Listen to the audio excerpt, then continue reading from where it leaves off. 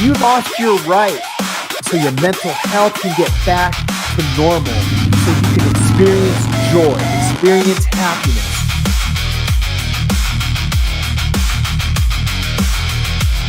One with highly educated, we won with poorly educated. I love the poorly educated. The next batch of Epstein files is coming soon.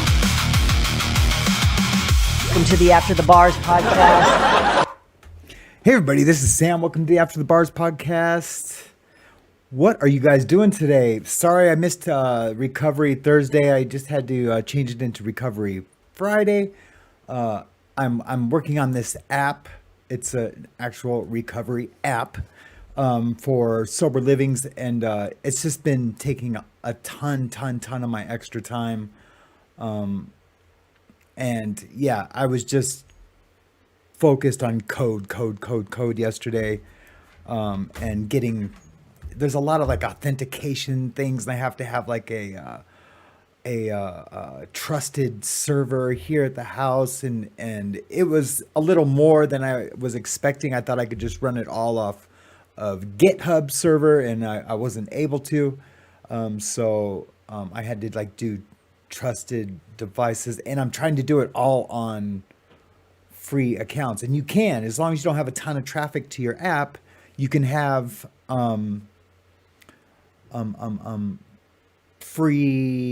there's free services out there that your app can use, to like for messaging or for authentication or for whatever. So anyways, I probably just ruined the algorithm for this show, but that's okay. This is going to be a recovery episode. And it's, really my testimony, which is, me participating in my recovery by sharing my testimony. And it's also getting, for any new people moving forward, they'll know, I can say, hey, go back and check out this show on the 21st. And you can learn a little bit more about me.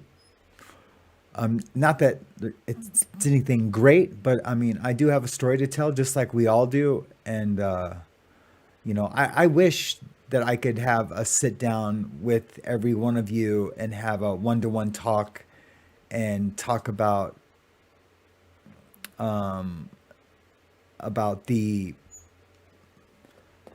your guys' story, individually. And, but this is day 3 of the new Morning Mayhem show, and I'm super excited. Again, though, I'm sorry I missed yesterday. That's not going to happen. That's not going to happen all the time. Yeah, I feel great. Things are great. So I found this before I get started, and I'm going to check in with you guys before I start today. I found this picture, and I might have shared this before. But for those of you who don't know me, like I dress, except for like today, I dress like a Southern California kid. I've always wore Vans or, Chuck Taylors, and my socks have always been high. Well, I found this picture from 1972. A picture of me in 1972. And it's a pretty epic picture. Now I just have to, we're going to have to go to a different scene. You guys should be coming up here on the side. Let me just make sure that's done. Yep. Yeah, you guys should be coming up here on the side here in a minute. Or maybe I need to re-authenticate it. Let me just re-authenticate the chat.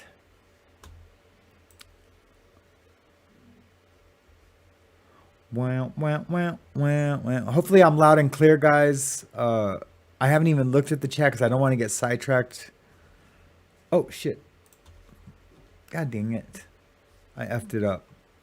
I suck. One more time. How are you guys all doing today? It's Friday. This is really a shitty day to go live. Not a lot of people are do the YouTube thing on Fridays. I don't know why that is, but just it's a less of a percentage of people who actually watch live content on Fridays. Friday night, I think might be a good time for me to do the late night mayhem. I definitely have some cool topics for the late night mayhem show, and I'll be really interested in seeing what kind of turnout there would be for a late night mayhem show. So anyways, I found this picture. I hope this is it. Where? No, I know I had it on this part. Okay, maybe it was the other scene. Pictures. No, that's the logo. That's that. Did I have it on scene 3? Oh, I did. I did have it on scene 3. So this is a picture of me and my grandpa. And what I just thought was awesome about this picture, this is 1972, and this is in East Tennessee. My parents would send me and my brothers to visit well, I only had one brother at this point, would send me and my brother to East Tennessee to visit my grandparents. And my grandpa was a sharecrop farmer, so he didn't own the land that he, farmed, but he worked it for other people and made a percentage of what he did. I don't think he ever really came out ahead. I know they didn't own the house that we're sitting on that porch swing. I know that was a house and that's the house my dad grew up in. But that house belonged to the person who he sharecropped with or for. But I loved that house. I was at my business partner's mom's house yesterday or day. I can't remember when. It was pretty recent, and as soon as I walked in, the smell of her house reminded me of my grandparents. Isn't it nuts that, like, we have, a lot of us have, trouble with names. Some have trouble with faces or events in your life, and you just can't picture such and such and so and so, from, in your past. But I bet you 9 times out of 10, all of us can recall a smell.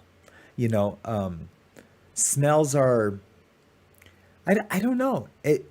Like even my daughter, even Hazley. Oh, which I will have her tomorrow night. So maybe I'll do a night show and she can say hi to you guys, and you guys can all just trip out on how big she is. It's a little too much light on how big she is, but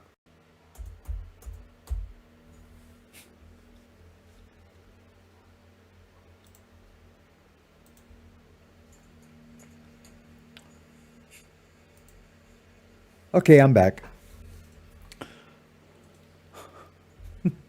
Wow.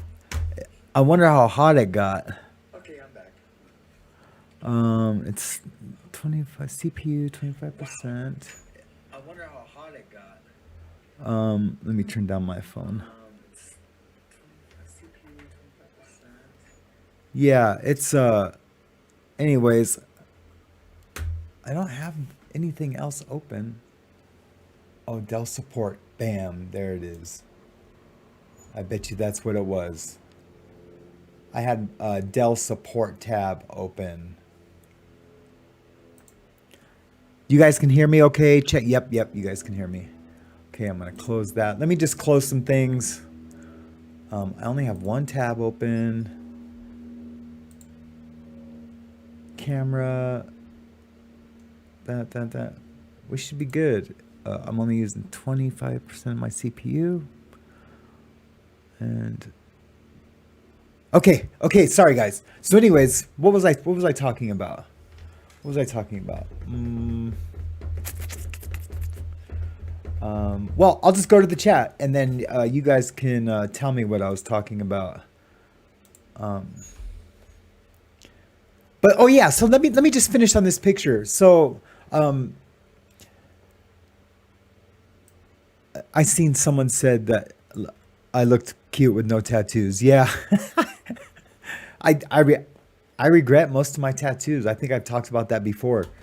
Let me see if it was the light that made it hotter. Oh, wow, it does. What the heck? No, it doesn't. That doesn't. Okay. I really need to keep this thing cooled. Oh yeah, no, it's way better. It's way better. Okay. But look at my socks and shoes. I still wear my socks and shoes like that. Look at those little chucks. Can you see them? They're so cool, man. I don't know. I just love that picture. And my grandpa, shortly after this picture, well, no, I guess I was 6 when he died, or 5. No, my parents were still together. Oh no, so I was probably younger than that. I was 5, 4 or 5. I'm probably 3 in this picture. 2 maybe? I don't know. No, I'm 3 or 3. Well, anyways, I just thought it was awesome that my socks were that tall, and that I had on little Chuck Taylors. They were probably the off-brand Converse. I don't, maybe not, because Converse were cheap back then, but basketball players did wear them in those times, like in the 60s and 70s. So yeah, but anyways, my grandpa died shortly after that. He had a stroke, and then he came to live with us in California, and he hated it. He hated it. Could you imagine living on a farm in Tennessee your entire life? You've been married 50, 60 years, and you moved to Los Angeles at, I think he was 78, something like that. That was super crazy. Yeah, I mean, they're not knee highs, but they're pretty tall. They're hard to see. They go to like the bottom of my knee.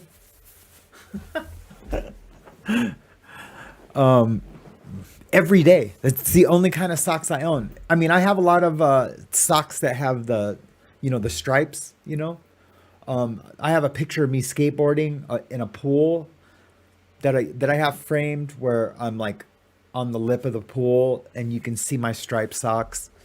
I love that picture. So anyways, I don't know. I thought this was a nice place to start. I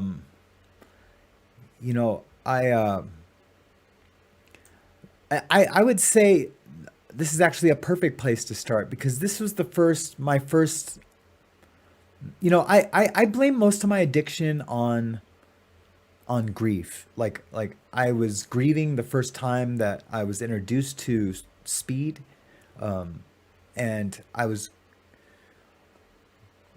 I never drank like as much as I did when my wife was killed.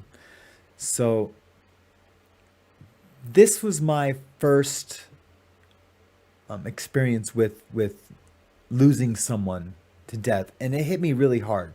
Even then, I was really close to my grandfather, and I remember when my dad told me that he was dead, I started crying, and then, but I feel like I thought that's what I was supposed to do. And it was really weird, because I remember it, because I was sad, but I don't know if I was sad enough to cry. But you know, you're a kid. You can cry on demand when you're a kid. You know, if you want something, you can cry. You can. But he uh he asked me if I wanted to go to see him one last time, and I was like, no, no. If he's dead, and he's like, well, it'll be just like he's sleeping. And I don't know why my parents forced me to see my grandfather dead. Um, it was God, why am I haven't got emotional about my grandpa in a long time, like probably since the late 70s. But probably because, you know, like if any of you have been to a funeral or anything like that, you've probably seen um you know, the body and how different it looks. Like their mouths are like this, you know, they're like, and it just doesn't look like the person. The life is out of them. Um and I think that's another indicator of our soul leaving the body, because you know the soul is who we are, and when you see the person dead, they don't look like who they're supposed to be. Now maybe that's because the funeral home tries to, the morticians try to make them look normal. I don't know. I don't know what it is, but I I just remember going and my dad telling me, "No, well, just pretend that he's asleep." And I should have been a lawyer, because when he told me that, I was like, but he's not asleep, you know? I mean, at that age, you know, your dad's telling you, don't just pretend he's asleep. You just be like, okay, dad, I'll try. But no, like I was like, no, the fact is that he's not asleep. He's dead. Um, so, but other than that, my childhood was pretty badass. Like I had a really good childhood for the most part. I moved around, and maybe I'm saying I wouldn't have said that 20 years ago, 30 years ago. I wouldn't have said my childhood was great, but now in retrospect, and compared to like world hunger and people living in Gaza and all these other people that have all these huge ginormous problems, dude, my childhood was pretty badass. And I moved around a lot. Um, I would have said that was a bad thing at one point, because I never could establish like long-term friendships, not until high school.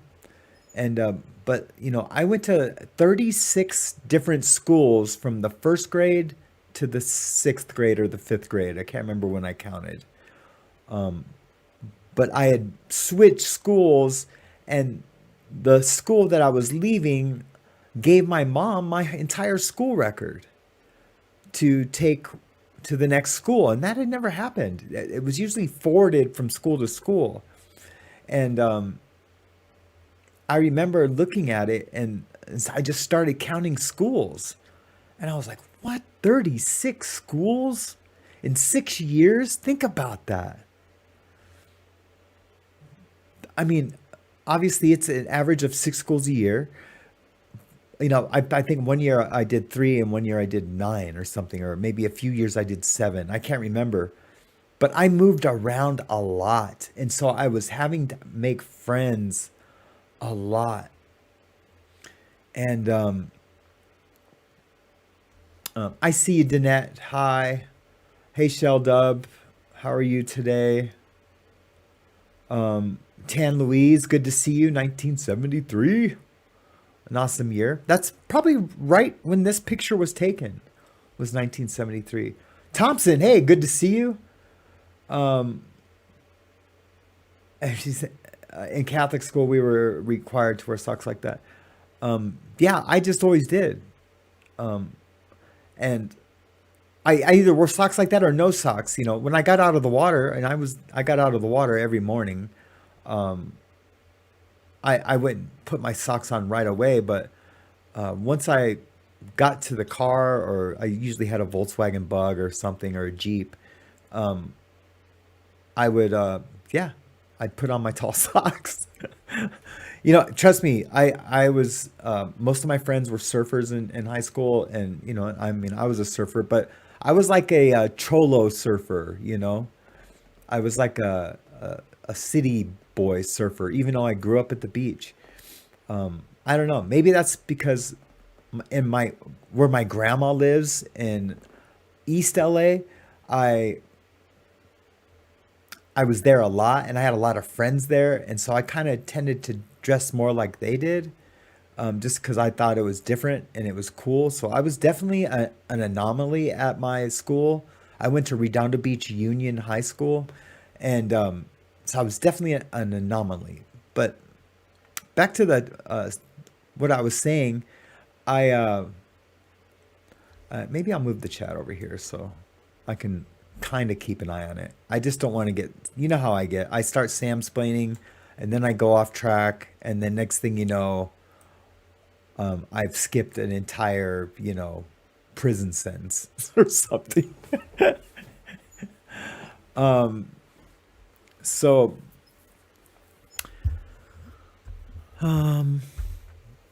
yeah, I don't, my childhood was not bad at all. In high school, I tried pot a couple of times, just to try to fit in, and I realized I didn't want to hang out with that group of friends that was smoking pot because they were doing other things too, and definitely wasn't going to do that. And maybe it's because internally I knew I was an addict, and God had put it in me to like not test fate, in my teens, and I didn't. There was a time I did do cocaine, and I've told that story. When I was 17, I went to the MEPS station where you do the delayed entry program to join the military.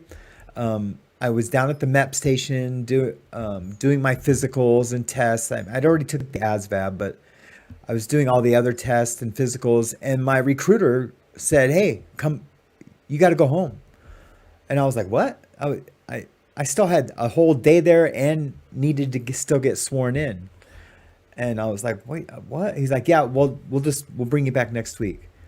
I was like, "Okay." And that's when I got home, and my entire family was in my grandmother's living room, and I could tell everybody had been crying, and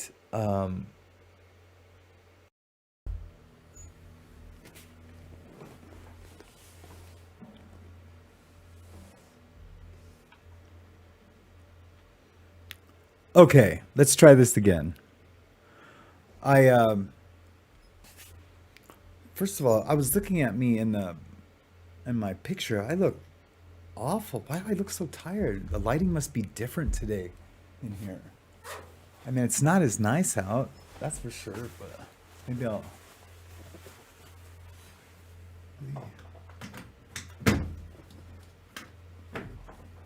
I think it might be too. I have the air conditioner turned down. We usually have it like at 64, 65. But yeah, I look tired today for some reason. Anyways, I got plenty of sleep, and I don't know, I've been eating right. So anyways, yeah, so I found out that my older brother was killed in a car crash. Him and his friend had been drinking, and they were like racing around, and they, like in a turn, sideswiped a car. And I remember exactly where this is, in Torrance, California. I remember exactly the intersection. And one day I was with my grandmother. I was driving her somewhere, and I started to get close to that spot. And I didn't know she knew where it had happened at. And she flipped out. She's like, "Turn around, turn around. She started screaming. I was like, Grandma, what's going on? She's like, Victor was killed right here. Just turn around. And I was like, oh shit. Okay. Yeah. I'm sorry. I wasn't even thinking. And, yeah, it was super nuts. Now I'm dropping lots of frames. Man, guys, I hope my PC doesn't keep doing that. I will, after today's show, I will ask Claude Code to give me the perfect settings for my setup so that doesn't happen, so it doesn't overheat. It's probably just going to tell me to use a different PC. I mean, this is a gaming PC that has insane fans. So it shouldn't be overheating. And the memories, everything seems fine. I mean, the CPU is kind of using a lot, but it shouldn't be using that much. Total CPU load used by XSplit is only 7%. And then other things. I don't want to start going into the settings and stuff and getting sidetracked.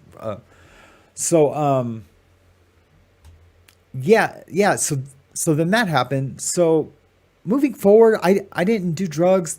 I graduated. I went to a couple of tech schools. I worked for the movie industry, and I won't get into all those stories. Those will come out, and when we talk about other things. And I married this girl, Lisa. She was from Montana. We got married, and let me back up. I had 2 daughters with another girl, but we never married. And then I had a daughter with another girl. I found out this is like way later. I found out I had another daughter, and then I married this girl, Lisa. Well, we stayed married for I think 2 years, and then got divorced because I had fallen in love with this actress that I had met, and she was a comedian too. She was an actress comedian. We had fallen in love, and we ended up getting married, and by this time I was working at Microsoft. I became an MCSE, and it's a Microsoft certified systems engineer. I keep it in my computer office just because, it's a nice reminder that I know what I'm doing. And I was like working constantly. I was a workaholic. Why? Because I'm an addict, right?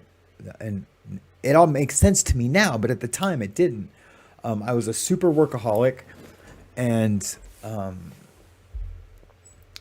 I didn't let my new wife that I had fallen in love with and destroyed a previous marriage. I didn't honor that. Like, I took advantage of that. One year, it was the year that she died. She asked me for, she was filming something. I can't remember. It was a pilot. I can't remember what show it was. It lasted a season, but but she was on other shows. She was on JAG, and what's the other one? The FBI Files, not the. What's that one with Scully and they talk about aliens? She was in that. But anyways, she asked me for a Christmas tree. She said, "Could you please set up a Christmas tree, for Christmas this year?" She was going to be back before Christmas, and I was like, "No, you're not going to be here hardly. I'm not going to be here hardly because I'm like." Have this huge project. I was always doing these projects for Microsoft. Our contracts with these retail banking divisions were humongous. Like, I would have to design hardware and software for 3,000 PCs. I mean, I only had to do it once, but then I had to clone it, have all these PCs made, not by myself, of course. I had a team, and then ship the PCs. And then this is the hard part, because there was no Wi-Fi, there was no internet, really. Well, there was an internet, but companies weren't using the worldwide internet to communicate. They were using ISDN. Some used satellite, but there was other ways for there was other wide area networks, what we call today WANs. Right? But they weren't accessible to us, and you had to know IP addresses and gateways and subnets. There was no automatic DHCP like there is now. Like when you guys get a phone and you sign into Wi-Fi, the phone communicates to the router, and it figures out all that stuff. Well, you used to have to do that manually. You used to have to set these networks up manually. You know, peer to peer was a little easier, but not these big enterprise networks. Anyways, it was a hefty job. Well, I was always working, and I loved it. And I said, no, we're not going to have a Christmas tree. Well, fast forward 4 months, I was on my way to her funeral, and I was just thinking about her, and I was bawling, couldn't breathe, crying. And I remembered that. I remembered me saying no, that she couldn't have her last Christmas, That's what it was then. When I said no, it wasn't me saying, no, you don't get to have a last Christmas. No, but that's how it feels. Even today, it feels like I denied her of her last Christmas. So,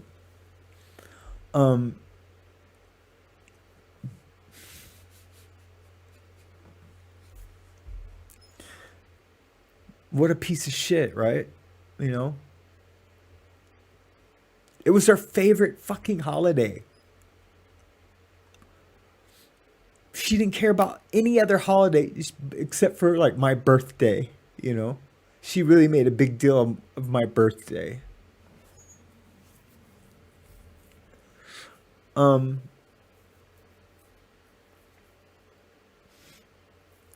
Yeah, so it was really hard. It was really hard. And then when I got to her funeral, her dad was like,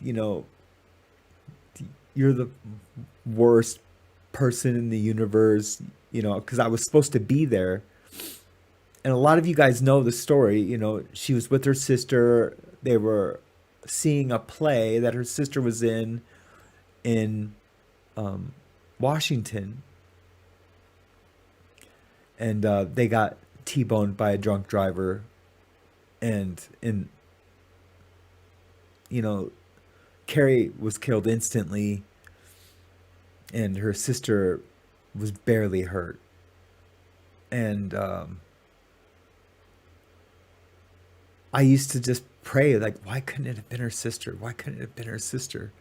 Her sister was lazy, man. And I'm not judging her, but this is how I thought. I thought, her sister doesn't go to school. She's lazy. She's not driven, and Carrie was driven. She had already gone to college twice. She went to the Oral Roberts College. She went to a Christian college, and she had been in like 3 different ensembles in Hollywood. She did some improv at the not the LA Connection, Groundlings, which is where like some people from Saturday Night Live go there, had gone there. And she loved doing what she was doing. And I didn't give that beautiful person her last Christmas. So, but I get it. How was I to know? But it was just still a real selfish thing for me to do.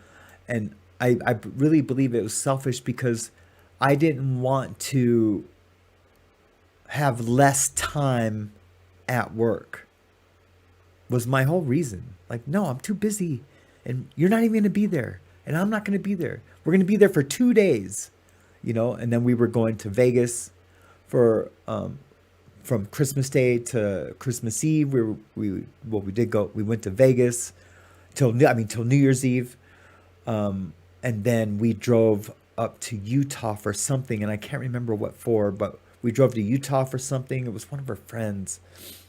And then we came home, and then we both went back to work. So I was like, no, we don't need an effing Christmas tree.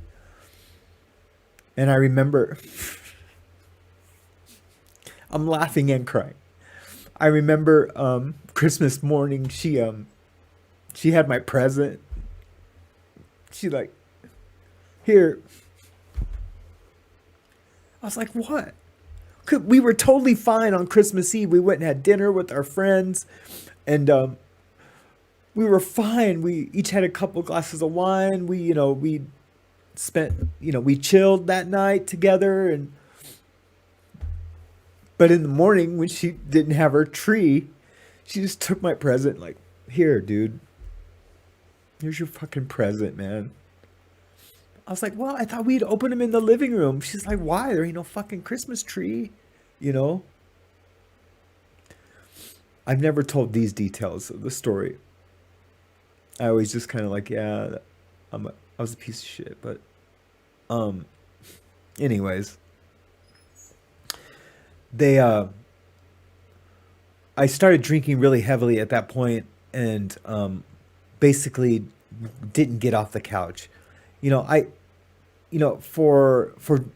the drama of the situation, I used to say I was in the fetal position on the couch. I'm sure there was a few times I was, but I wasn't in the fetal position for 30 days. But I was definitely on that couch drinking. And so it goes, and I've told this before. I don't mean to keep saying I've told this in other shows, but a friend of mine, and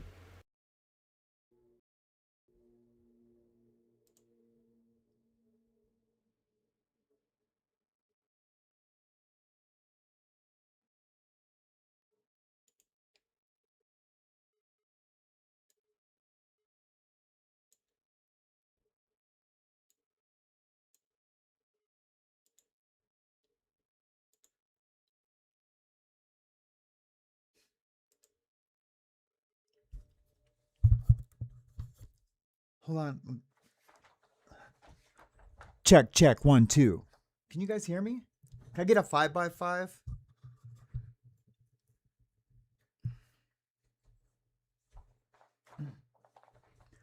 Switching computers. So I had to just put one of my old cameras in a USB slot, plug in this microphone that none of you guys have probably ever seen.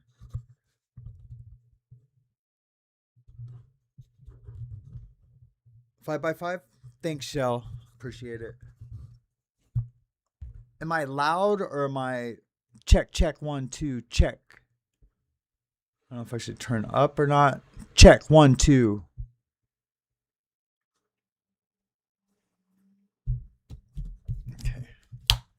Okay. Fuck that thing. Okay. This is how we're going to have to do it. Sorry, guys. Get rid of that dumb background. So we're good. A little soft.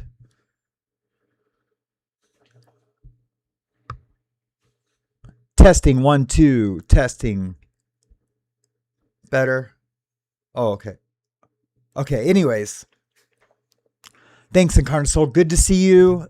Susie Q3, how are you doing today? Danette, Shell Dub. I said hi to you guys already. Anyways, this is a different software setup. It's for something totally different, but same software, different, but you can just see where I was sitting. So, anyways.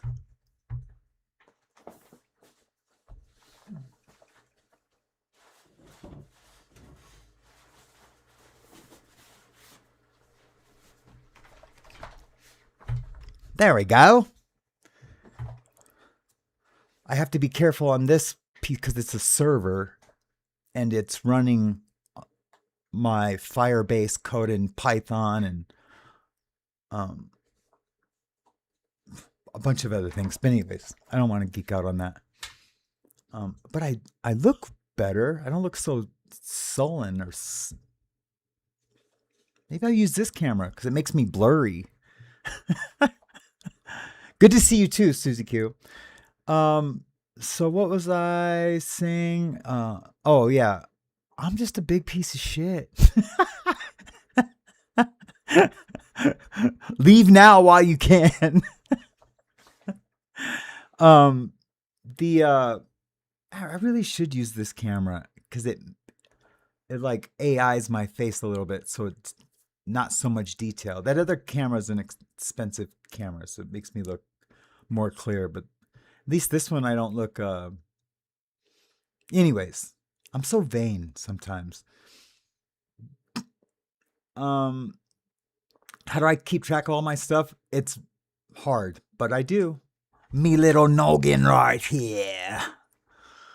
Yeah, I just yeah, it's crazy. It's crazy. But this app is insane. I could probably show it to you guys now that I'm on this computer. Yeah, maybe I'll do that. Yeah. I appreciate that, Incarnate Soul. So anyways, one of my guys, he was like my lead. There's a certification called A+ certification to be in IT. He was my A+, like he was the man, right? He did everything for me. He was like I don't want to call him my assistant because that's a little grandiose because he wasn't my assistant, but I was his boss. And so he did everything that I needed him to do. So, yeah, those little orange juice things, you know, remember the old orange juices from McDonald's that had the tin foil? Well, he hands me cause he would check on me in the morning. And I think I did this on Mac's program when we were talking about my story a little bit. And I went into some other details where these guys tried to like bring me into this like gay family where there was like all these gay kids. Well, I mean, these kids were all being used for sex, and then the uncle was the older guy that worked there. Well, the older guy, the uncle, worked for my mother, and but my mom was his boss. And anyways, but he was like, I was like 17, he was like way older, and he said, you know, hey, I could give you a massage, you know, and you know, society says that, you know, that this is wrong, but you're going to see that it just feels right, you know, shit like that. I was like, no, you fucking weirdo. And I like ran out into the yard because I had other friends that had been there. And I was like, are you fucking that dude? Are you fucking that dude? And they're like, dude, no, just chill. Just come back in. Because it was in the middle of the night and I'm not standing out in front of the yard. I remember there was a big ass tree. And I was standing right next to that big ass tree, and I was like, you guys are all fucking this dude? These are all like my bros. Like some of them were my bros. We rode crotch rockets together. We fucking surfed together. And they were letting this dude like molest them, but they weren't leaving. And anyways, this guy had a huge German Shepherd. And I was afraid of this German Shepherd. When I was a kid, I got bit by a German Shepherd. I don't know if you can still see it, but there's like 3 scars. I don't know, it's hard to see it, but they're like, I really want you guys to see. There's like 3 scars right here. And anyways, that's where a fucking dog bit me when I was like really little, like a big German Shepherd. And so this dude had a German Shepherd. So I was like, whoa, get that fucking dog away from me. Anyways, I just took off. I just start walking down the street, and he pulls up next to me. Come on, get in the car, man. You're making a scene. I was like, no, dude, I'm out of here. And So I tell my mom about this, and don't worry, I'll get back on track to my story. You know, this, you guys are Samsters, and I'm the Sam Splainer, sidetracker, digressor. I am the digressor. Yeah, the tattoo's in the way. The tattoo says L.A., and that's not for Louisiana, baby. See, I'm wearing my wedding ring on the opposite hand. And I only did that because I found it on the floor yesterday, like underneath my toolbox.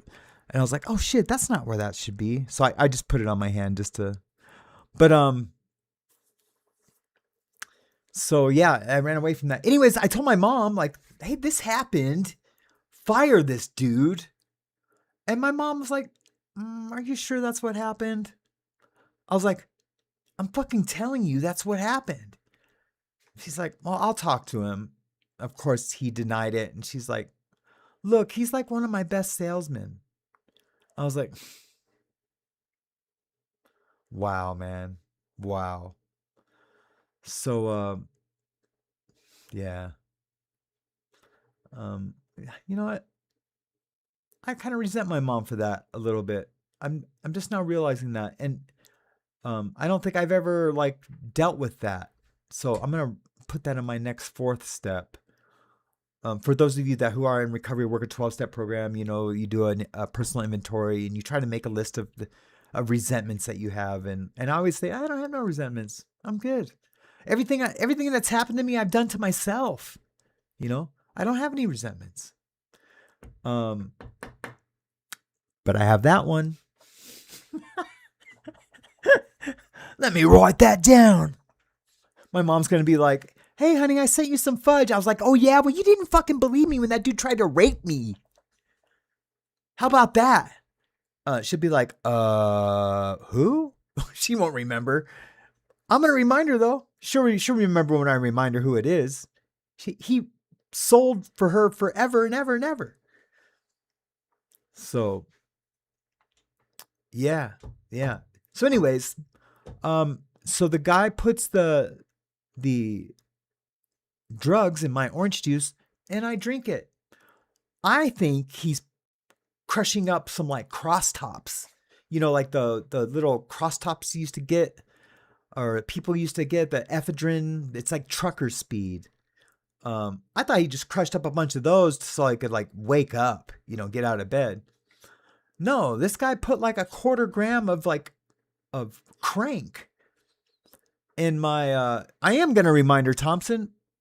I'm absolutely going to remind her. I'm going to be nice about it. Like for comedic, you know, reasons, you know, here with you guys, I'm like, yeah, I'm going to fucking get in her ass about it. But no, I mean, she's 80, you know, so I'm not going to be like, hey, listen, you little old Mexican lady.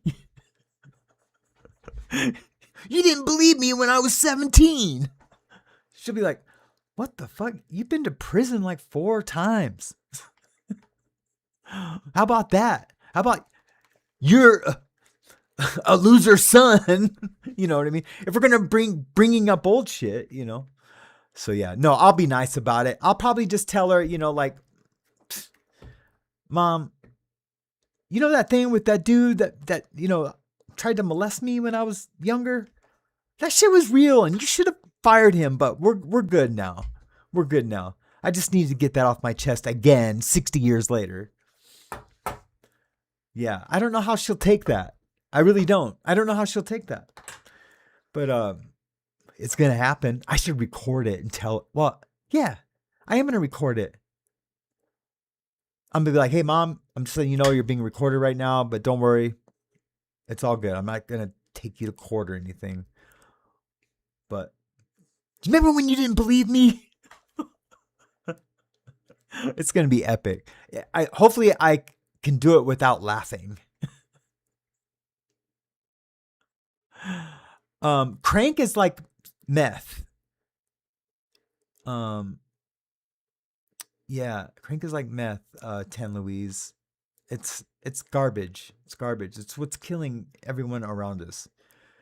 I mean, it really is one of the main factors. So anyway, I could probably get some more light up here if I open a browser, since this computer can have a million things going on at once. That's too much light, huh? Just playing. So what you do, this is an old trick I learned from back in the MAYHEM days. You just kind of keep one open, but you can, for less light, you just make the window smaller. Yeah, that's not bad, is it, guys? All right. So it was a different time back then, Woofy. That sort of thing wasn't heard of, and if it was swept under the rug. Absolutely. And yeah, that and fentanyl, Thompson, but there was definitely no fentanyl. Fentanyl wasn't even invented yet at that time. But I love fentanyl. You know, when I'm in my addiction, fentanyl is amazing. It's not these pills that nobody knows what it is. I'm just talking about like pure fentanyl. You know how much you're doing. Not these pills that the cartel makes and sends up to kill Americans. No, not that fentanyl. I don't know why that chair is bugging me. But so and this is my new chair. Well, this chair I got for my birthday from Mariana, which was just a couple weeks ago. But this chair I bought the other day, and I love this chair.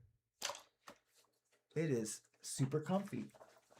You know, when I'm coding and things like that, I need to adjust not the height.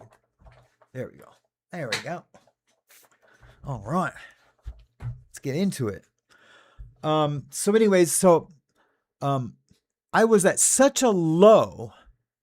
I mean, okay,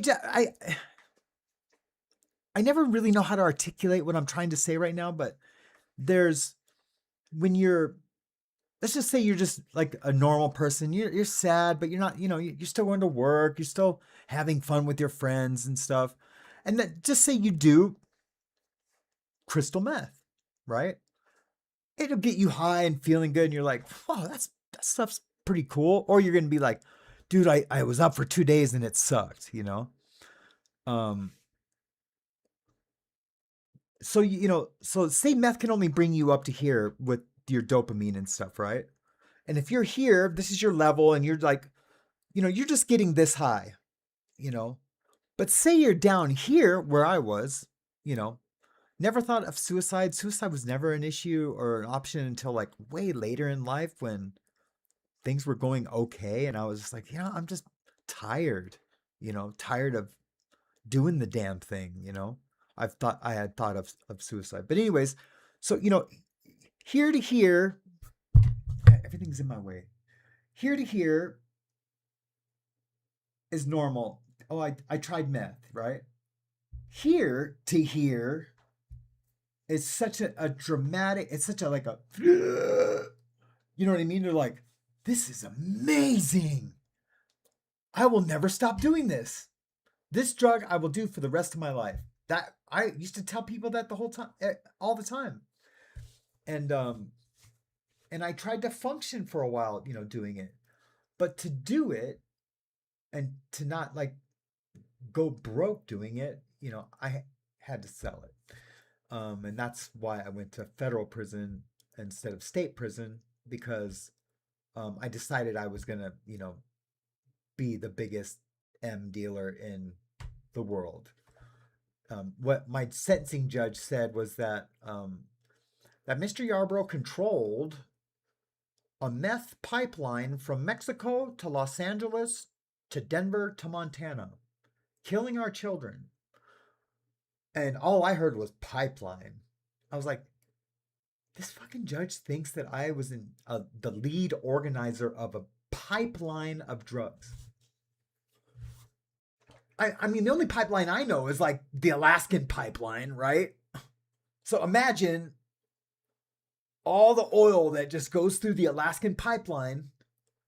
He's telling the world and like these people sitting in this thing that like I was bringing in that much meth. you know, just a pipeline of shards. That's how I took it. And I was hitting my lawyer. I was like, hey, pipeline? Pipeline? It wasn't a pipeline. It was like a little tiny, smaller than a water hose, you know? It was just a, blip, you know? Yeah, it was pounds and it was often and it was, but pipeline sounded like a lot.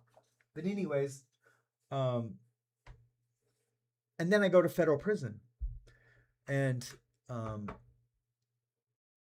some guys who I was hanging out with every day, working out with, decided that, I would make a good skinhead. And they knew I was half Mexican, but they were like, dude, no, it's just, it's not just we just don't hate other races. It's something a little more. It's political and it's critical thinking. I don't know how they sold it to me, but I was just like, well, I mean, we all hang out anyway, so who cares, right? So I did that, and before the end of my stay, like, look, I could tell a million prison stories about all the things that happened, about all the heroin that I started doing, and because meth in prison, not so great. Especially with me, I like to be around girls when I'm on meth, and everyone's getting high and coloring in their little coloring books with their gel pens and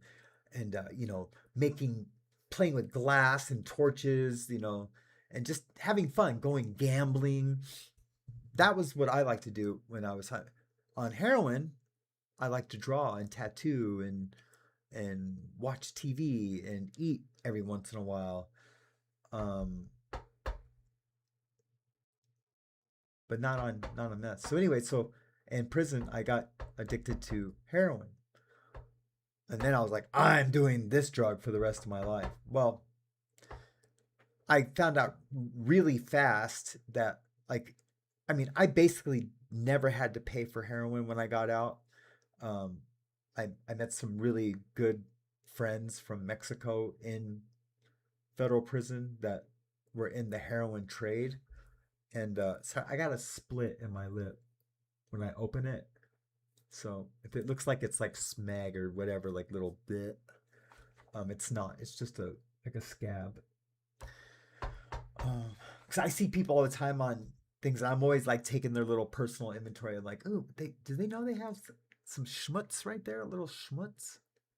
And get that schmutz out of their teeth. So, yeah. In case there's any of me in my community, just know I know it's there. It's a scab. So I did a ton of time. I joined a prison gang, and by the end of my time, which is close to 15 years straight, by the end of that, I had said I don't want to be a part of this anymore. And you can leave for religious reasons. And I had a religious reason. I became a Buddhist. And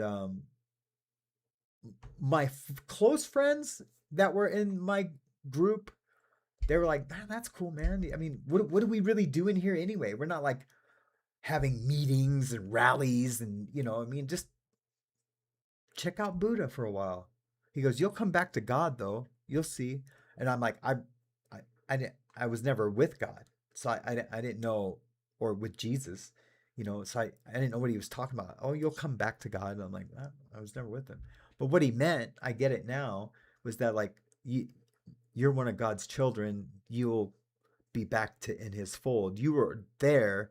You just didn't mentally know you were with God, but God's just waiting for you, or he's going to grab you and pull you in at some point in your life. I didn't know that's what he was saying then, but that's what he was saying. So there's a big riot, and so they ship us to different prisons. Well, I get to the next prison. I don't know any of these skinheads that are in this prison. So I'm like, hey guys, because you have to tell them, because if they see your tattoos and they're like, hey, wait, hey, you're one of us. Why didn't you tell us you were here? Then you get stabbed 100% because they think you're trying to hide out. So then I tell them, well, I'm a Buddhist now, you know. But I let them know, like, hey, look, I'm one of you, but I'm a practicing Buddhist. You know, just let me figure this shit out, you know. I'm trying to figure this out. Well, the main dude, he was like, nah, no, you're not gonna do some, you know, gook fucking religion. You know, if you want to leave the group or go practice Christianity, that's fine. But you're not gonna, you know, worship some, you know, native or not native, but Asian, you know, God. I'm like, no, Buddha's a teacher. It's a teaching. Buddha didn't ask anyone to worship him. I'm not worshiping anybody. You know, I'm learning the teachings, the Four Noble Truths, the Eightfold Path. I'm studying, you know, Buddha's teachings. And Tai Thich Tan, he's a Buddhist monk. His thing, what's it called? It's like a monastery, but there's another name for it, a Buddhist name. I know it. Not Dharma. It's anyways, in his monastery, that's not what it is, but that's what it is, but that's not what it's called in the Buddhist religion. In his monastery, it's called Plum Village, and I think it's in France. He wrote this book. It's called The Book of Love. And if any of you ever get a chance, go to your local library, order it on Amazon, order The Book of Love, and it'll change your world. It'll just like, wow, wow, wow, wow, wow, wow, wow. And so with that information, and then the information of reincarnation or past lives that we have had from reading Dr. Brian Weiss's books, Many Lives, Many Masters. I've talked about it on the show. You know, we should have a book club on After the Bars. Should we do that? I don't want to like try to be like Candace Owens, because that's not what I'm trying to do. But I wonder if we should have a book club, or at least I'll have a section of books that you guys can is my chat working? The last one I got, it was at 12:04. Let me just reset the chat.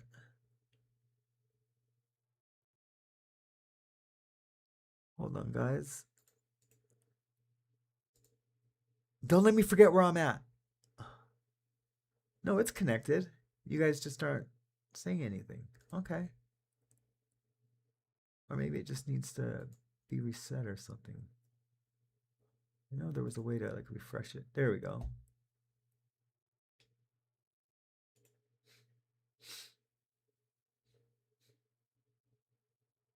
Oh, yeah. See, there's a bunch of new chats. Isn't there? Oh, no. Oh, yeah, there. Okay. There wasn't a bunch of new ones, but that's good. You guys are just listening. I love it. I love you guys so much. I'm so glad to be back. We're going to have so much fun this year. I promise you. I assure you. Where was I at? Thanks, Susie. Where was I at again?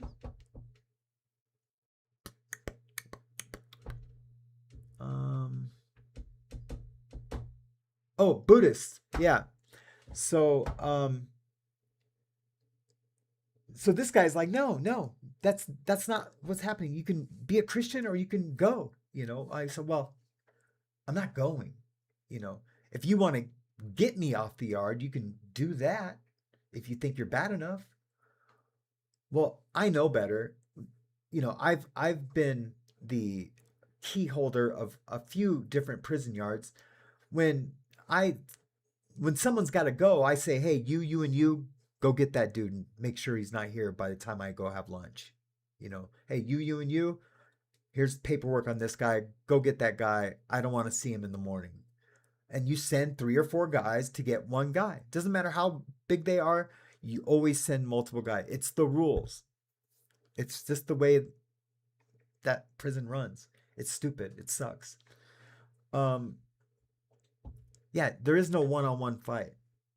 I mean, you can get one with a bro, you know, in a cell. You just can't tell anyone about it. But so anyways, he's like, no, that's not happening. I said, well, you're not just gonna tell me to go and I'm gonna walk away. You got to do it the way you got to do it. You know, do whatever you feel you need to do.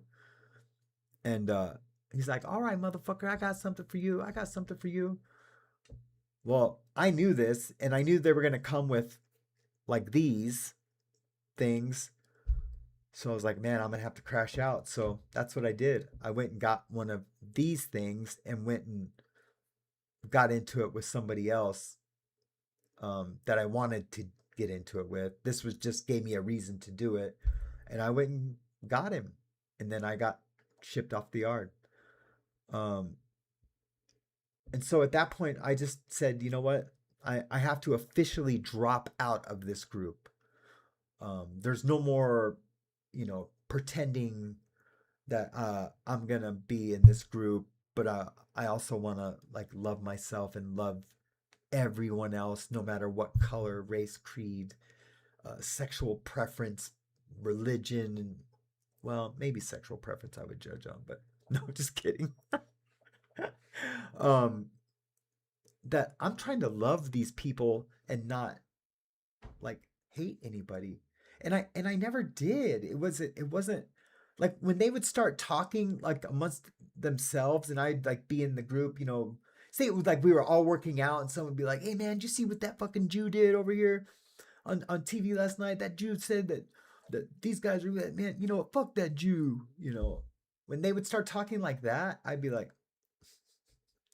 you guys are funny, man.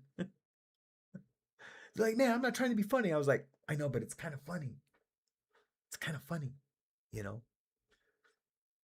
Yes, 6 million Jews died in the Holocaust. If it wasn't 6 million, it might have been more. Maybe it was less. If 100 were killed by Hitler, it's bad. You know, like to be like starved and then gassed and then, you know, starved, made to work, starving and then gassed. If he did that to one person, Hitler's got to go, you know. So I know, Danette. I'll turn them off this one time because this is your first show back. But I have to I have to, because I don't have super chats on. I have to have some kind of support. I just gotta. Oh, I gotta do it over here. Oh shit! That computer crashed. Just give me 1 second. Fuck! I can't find a browser. There, go on. Hold on, guys. Hold, please. That's what we should rename this this live. Hold, please. Oh, of course, I'm in one of my other channels.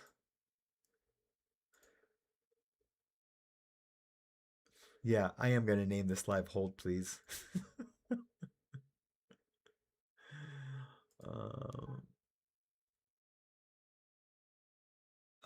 Oh, they fucking moved it. Oh, there we go. Dude, since I took that time off, dude, YouTube has changed, bro. How about if I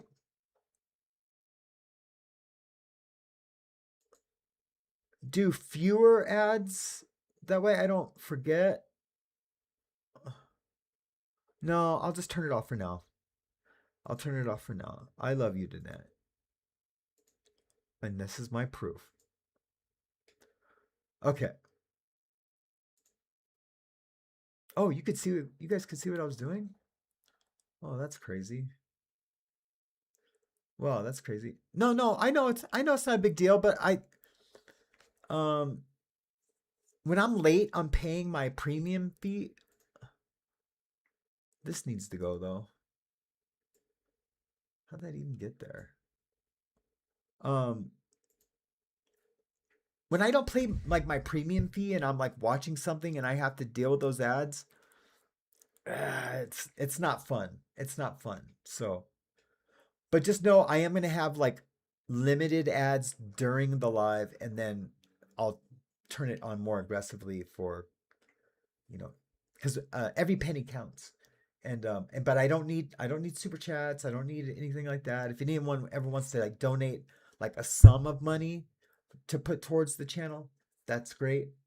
But I want to be able to speak freely, and I know everyone's like, no, that's what you do. And, you know, Baron Coleman does all his super chats at the end, and people ask him questions about, you know, the Charlie Kirk case, and you know, I'm not really talking about Charlie Kirk, and you know, he's an amazing broadcasting talent. It's a little different. But anyways, back to what I was saying. Um, on the book, a little book of love. Yeah, I don't know if that's it, hon. It's. I mean, I bet you that book is awesome. This one is by his name is. I'll put it in the chat. His name is Tai Tich Tan, and he wrote there's 3 stories in the book. It's the Book of Love, but that's the name of the book, and then the something tree. Um, it's his name is spelt Thai, and then Thitch, and then Than. It's Vietnamese, I think. Thai Tich Tan. But yeah. The other book is called that's in it is something tree, or the tree of. Yeah, hey James, how's it going? Oh, I'm on the other computer. I got all the sound effects back. But now my laptop kept crashing, so I had to come over to the monster. Literally, this computer had no microphone or camera, because I don't do anything like that here. So I had to like grab the camera, and I had to dig through a box, like a box, to find the camera.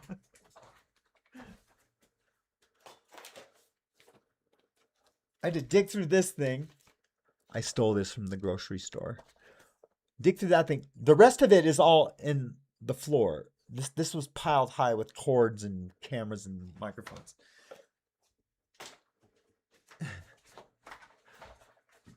But I missed yesterday, and I wasn't gonna miss today, man. I wasn't gonna miss today. Today was important to me. So, anyways,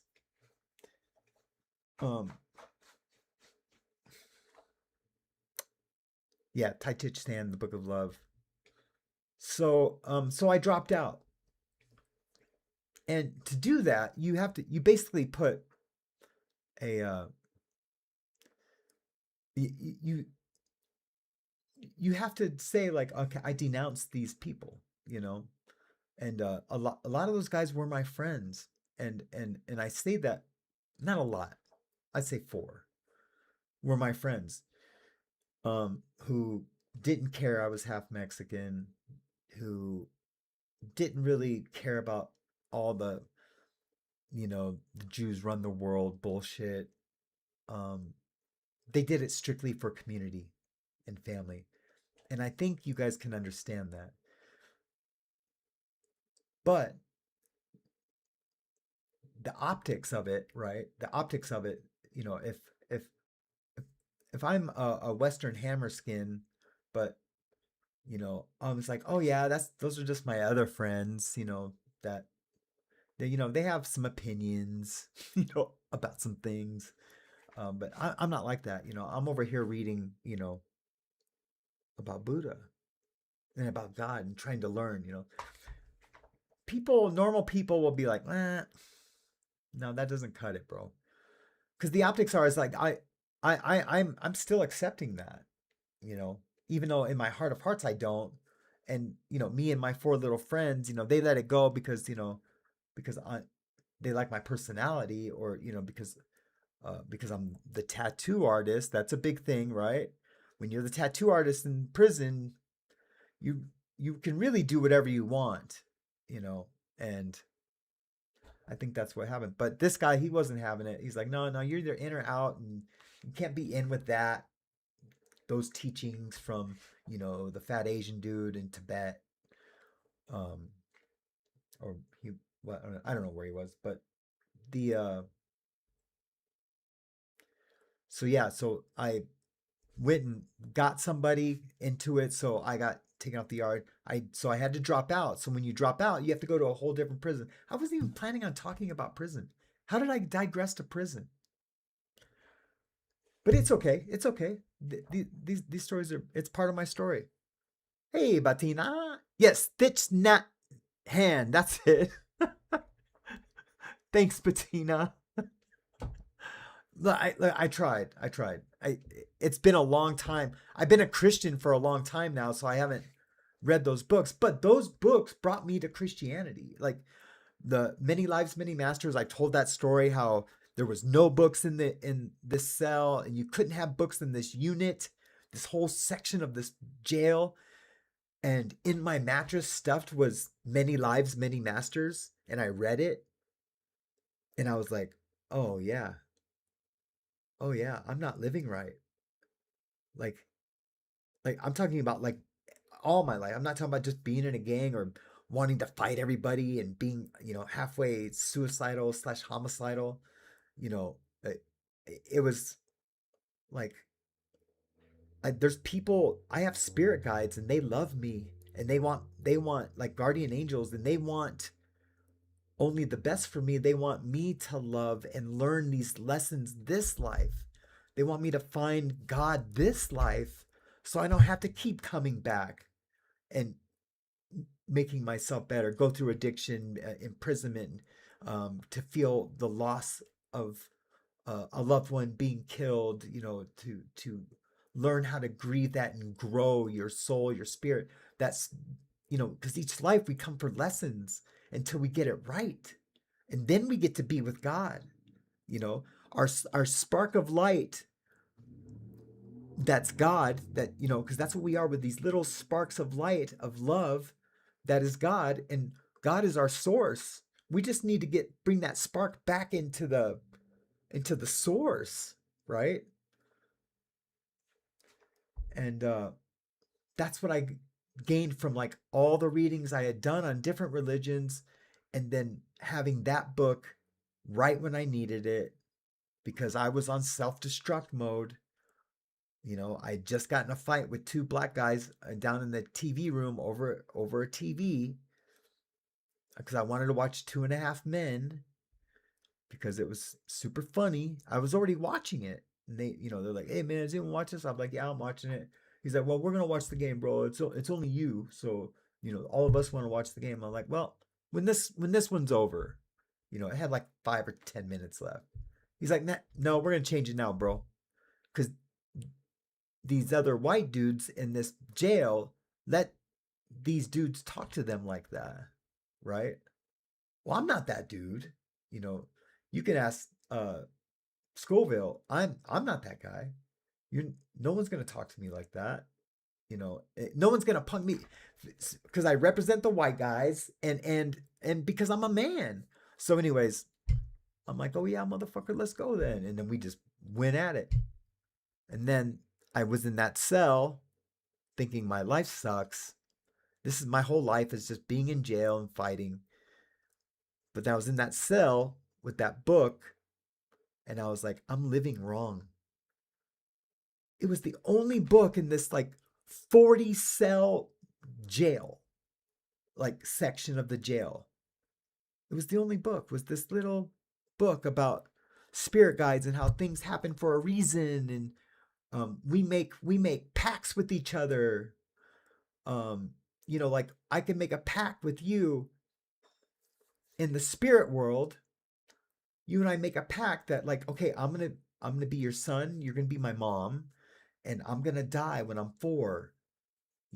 So you can feel that pain of losing me, and you learn to grow from that. Like there's all these lessons that we pay each other's karma, and like, and then maybe the life after that, that same soul, because we travel in packs. I believe this.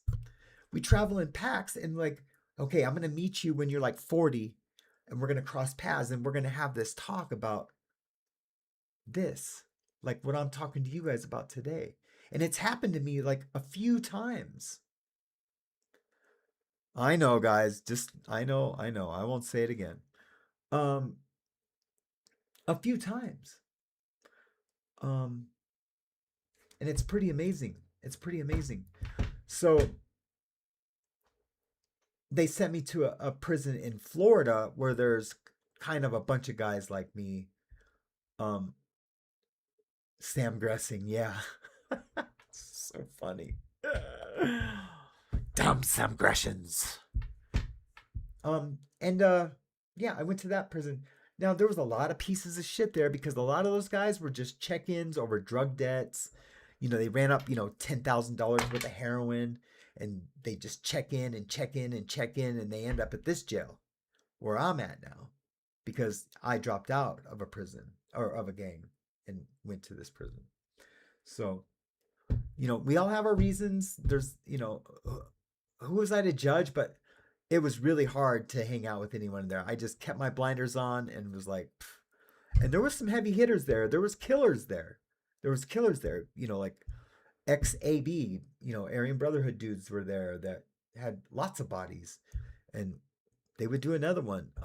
Guys who'd spent a lot of time in the ADX that were, wanted. Like they had hits out on them, for writing a book about their gang or something like that. Anyways, so I get out and I go to Los Angeles to see my daughters, so I want to live close to my daughters. And I get to the halfway house, but I leave with a habit, a little bit of a habit. So I'm doing a little bit of heroin, but more Suboxone than anything. And that was it. Like I was just doing Suboxone, tattooing. I started working at a shop called Glendale Inc. and just started tattooing and doing a lot of heroin because I could get it super cheap. Once I got out of the halfway house, I stopped doing the Suboxone and started doing heroin. And I did a lot of it, a super lot of it. Because I could get balls of it like this for like 18,000 on a front. They'd just be, oh, just pay me when you can. I'd be like, hey, I got like 5,000 of that. I'm like, well, just let me know when you got 10. These guys, they were cool. They trusted me. They seen how I was in jail and how I did business in jail, and we trust you, bro. And anyways, of course, my PO wasn't just gonna keep letting me get dirties for heroin. So I had 25 dirties for heroin when they finally sent me back on a violation. I went back on that violation and I knew I had to quit, right? 'Cause I don't want to keep going back and forth, back and forth. So that was after he sent me to treatment. And I OD'd in treatment. I've shared those pictures and stories. Let me see if I can find those. Those are on this computer. It's a folder called Sam's Life. Let me see if I can find it real quick. Oh man, I hope I can find this because I was just looking at it the other day. Sam Facet. What's that? That's not it. It's tattoo. Hold on. I'm going to find this real quick, guys.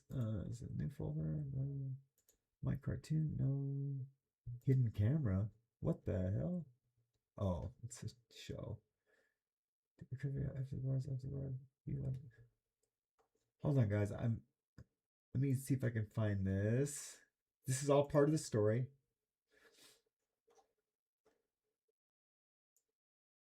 Have I told you guys how much I love you guys lately? I know I have. I know I have. Okay.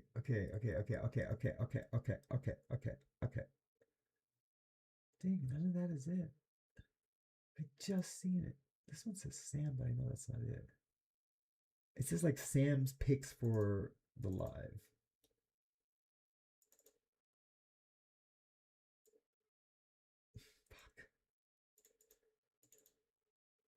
Nothing in that. Don't let me forget where I was. I'll try not to forget. No, no, no, no captures. God, it's gotta be in here. YouTube Live. Okay, let me look. I'm gonna look in one last place. Then I'll stop.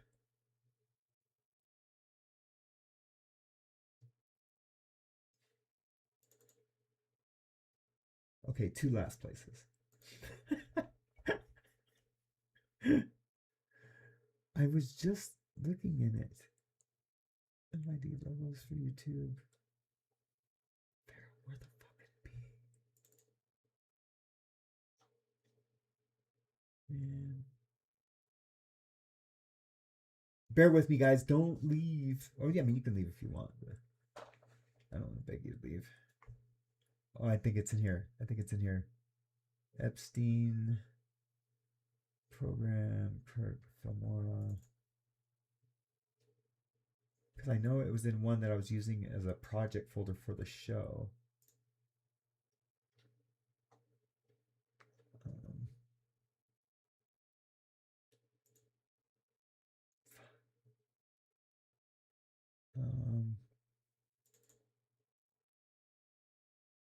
Screw it. I can't find it. Sorry, guys. Damn it. What was this at?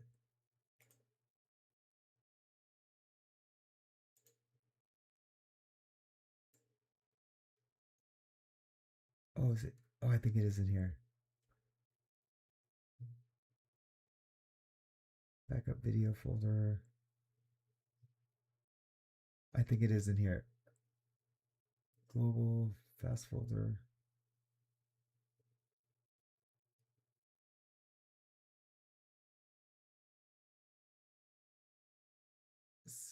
Fuck. This thing is SD cards, MP4, storage video, backup. Well, what I'm gonna do is I'm just gonna type in Sam, and while that's searching the whole computer, I'll see if it finds it. Okay, sorry guys. Are you guys with me? Okay, where was I? Oh, I was talking about ODing. So yeah, I even OD'd in treatment. And so what kind of loser does that? Right? I got drunk, and then I was so drunk, I was like, give me some heroin. Bam! And it was too many depressants. And I just remember I never OD'd before, and I'd done a ton of heroin. So I couldn't believe I OD'd, but I was in treatment. I was been clean for so long. So I thought, oh yeah, bam. Anyways, that's how a lot of people OD, come to find out. Come to find out, that's how almost everyone who ODs dies, they had just gotten out of treatment. And they were just in a relapse. Anyways, I just remember looking up, and there was like a shower bar because I was in a bathroom. And then I have these amazing pictures of me like dead with all these paramedics standing around me. But I don't know where it is. I mean, I could have Claude find it, but dataset. Why aren't my datasets coming up? Sam's Club fight. Sam's Club fight. Sam's Club fight. Sam's Club fight. A fight at Sam's Club. You know what I mean? Probably not. It was a video on one of my other channels. There was a court hearing of this guy. He got in a fight at Sam's Club. The video is like one of my best videos. Oh no, Shell Dub says that her best friend's son died in treatment at Betty Ford Clinic. And crazy, right? You send your family member to a treatment center and you feel like they're safe. But yeah, I am definitely. Can we get lots of ones, right? Do we do ones or threes? We do threes, huh? Do we do threes? I can't remember. Well, it doesn't have to be anything. Just please, like, I mean, I'm sure it probably happened a long time ago, but just like, look how emotional I get over things that happened 30 years ago. So, like, I will pray for her to just have some understanding and comfort and just know that, you know, it might have been, thank you, Danette. It might have been, just remember what I was just saying, Shell, Dub, that we make these pacts with each other, and they're probably two souls that have traveled in lives together before, and she had to go through something like that. He had to go, he or she, yeah, he had to experience addiction and work through it. I know that's one of my lessons I had to do in this life. I had to experience addiction and grow from it, grow closer to God, grow closer to loving people.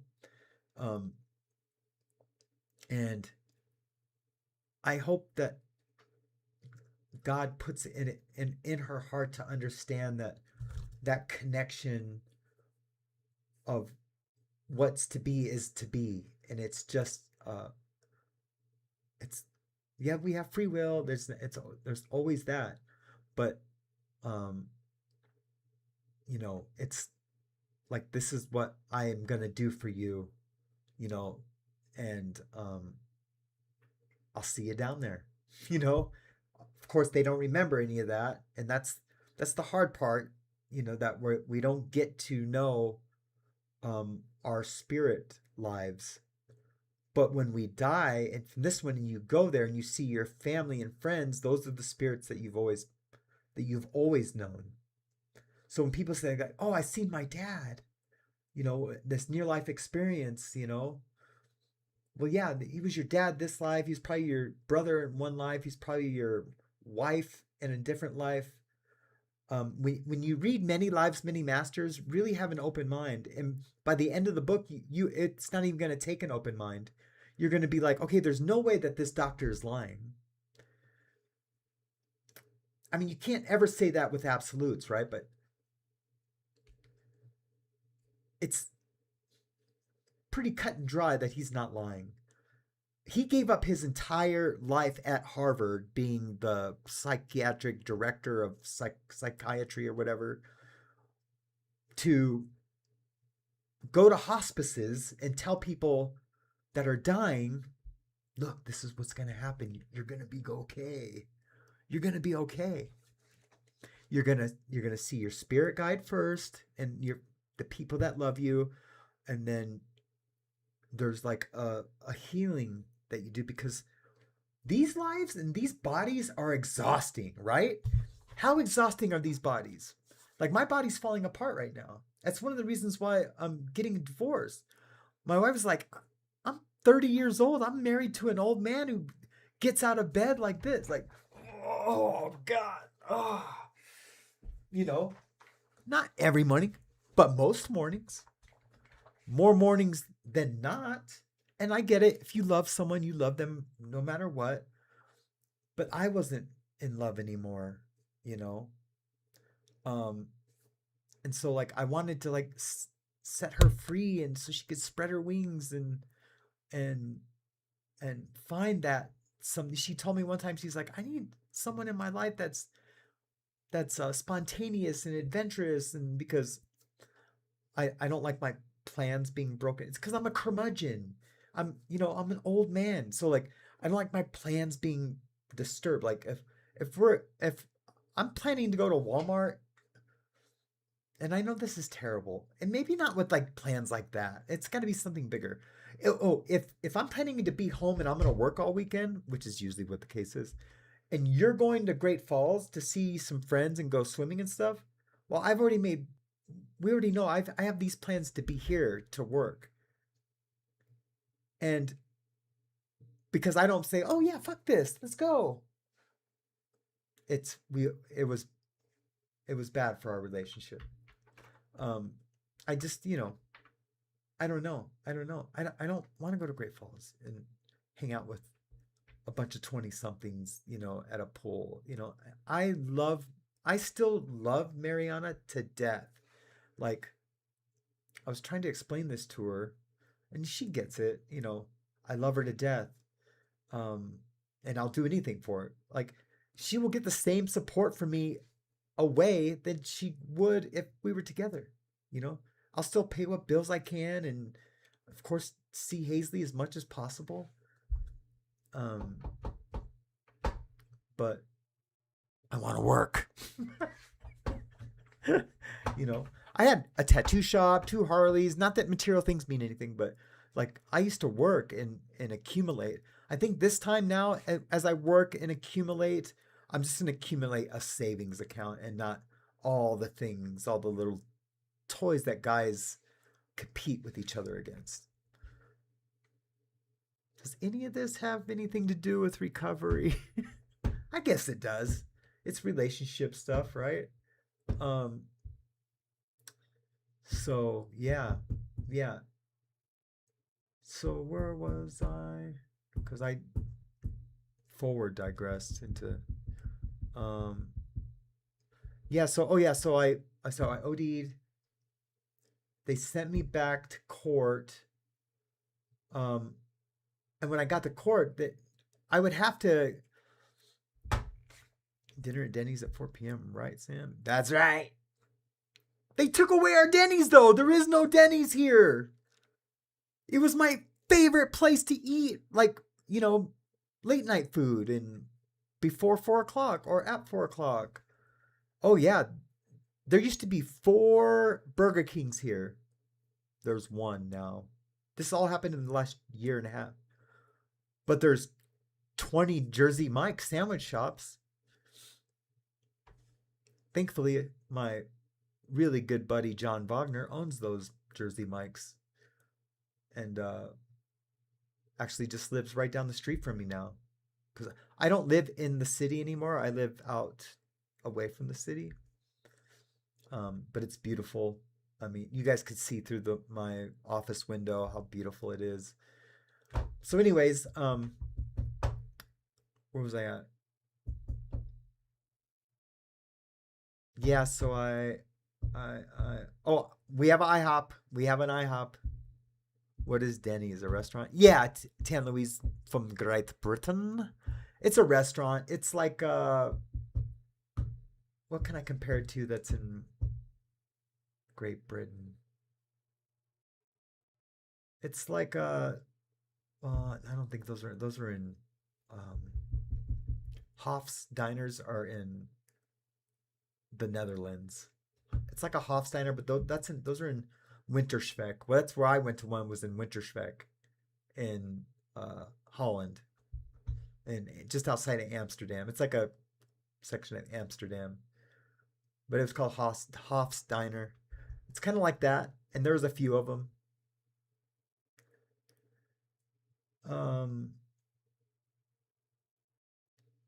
Yes, family orientated, except for after 2 o'clock in the morning. Then it's everyone leaving the bars. There's a Denny's on Hollywood Boulevard. This is my favorite Denny's in the world. Like, if you go into Denny's on Hollywood, it's called Rockin' Denny's, or no, it's Rockin' Ralph's. Yeah, in Rockin' Denny's. In the 80s, when we would all drink and watch bands all night, and we would go to that Denny's, dude, like, you wouldn't believe the people that came in there after the bars closed. It would be like Tommy Lee and what's his name, the guitar player from Poison, come in drunk. Hey, it was crazy, man. Did you see that bitch? As they have their girlfriends with them, it just crazy people. And then during the day, you would see actors in there reading their lines, like studying their lines, kind of like a Happy Days diner, but no jukebox or anything like that. Dang it. I wish. Oh, I know. Have you seen Pulp Fiction? Tan Louise, have you seen Pulp Fiction? No, I know. I love that you're British. It's like the restaurant in Pulp Fiction, which is that's the Hawthorne. I've been in that restaurant a billion times. So, who was a waffle waitress for 20 years? Susie Q? Tan Louise, you haven't seen... I'm going to get back to you, Susie. You haven't seen Pulp Fiction? Dang it. Now I got to find a clip. Now we're cooking with bacon grease. So, Susie Q... Oh, you're in Amsterdam? Nice. Yeah, well, this place was, it was the closest thing. It was called Hof's. This was in 1987. And it was, I always pronounce it wrong, but Wintersweg. I know I'm butchering it, but, yeah. I have a whole Amsterdam story with my dad dragging me out of there at 19. But anyways, oh yeah, I'm gonna find that diner.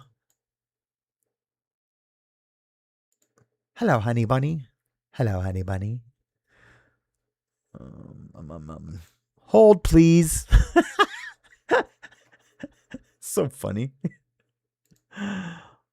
Hold, please. That's the name of this one today, guys. Fuck, I gotta sign into this one. Shit. Sorry for all the swearing, guys. I don't mean to.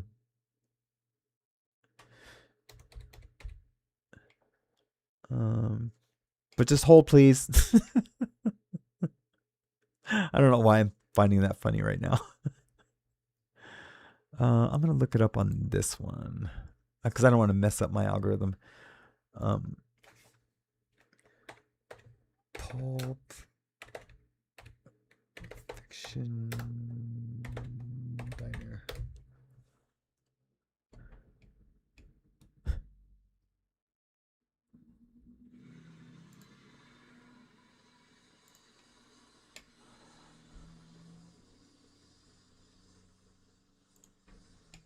I wonder if I should just download it.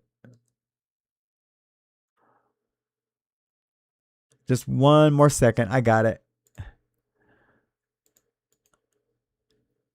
It's a real small. Oh, this is the perfect one too.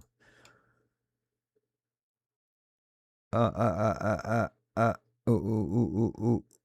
Where the hell is my... Someone's been playing around on my computer.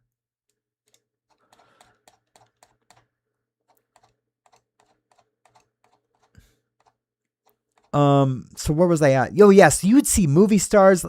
I used to always see the dad from the Wonder Years. Remember the dad from the Wonder Years? I would always see him practicing his lines at the Denny's, the Rockin' Denny's on Hollywood Boulevard. I'd be like, then this is the worst place to practice your lines, but he would just be there drinking coffee, practicing. Yep, see the Hawthorne Grill. Drinking coffee and practicing his lines. He was so funny when he do it. He looked really weird when he would do it. He didn't look attractive. He would be like he'd be like this. He'd hold his paper up, serious reading it. Then he'd be like this. He'd be like, and he'd go, like shake his head to the scene, and then he'd hold his paper back up, read it, and then he would hold it down and be like, like, I don't remember you ever making any of those head movements or body movements on the show.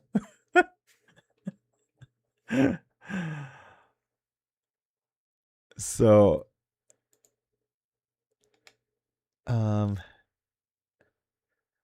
this will be fun to watch at least. Anyways, I'll have to delete it when I do when I go into editing.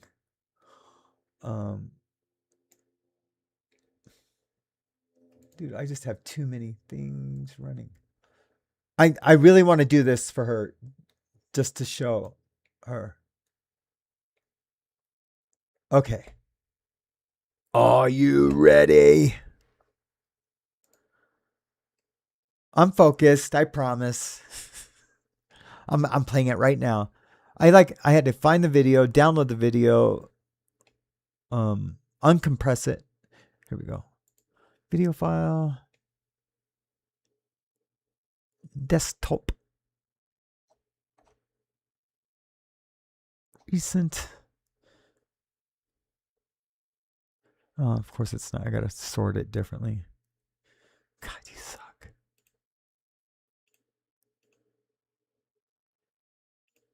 There we go. Sort. Date. There we go. Are you ready? Sorry it took so long. I don't know why. I just thought he'd be European or something because he. Yeah, man, he's about as European as fucking English can't hear flower. it. Now. But was he cool or what? Thank you. Totally fucking cool. you guys In hear it? control. Didn't even, he didn't really get pissed when you were fucking with him. I was amazed. Oh, Want some bacon? No, man, I don't eat pork. Are you Jewish?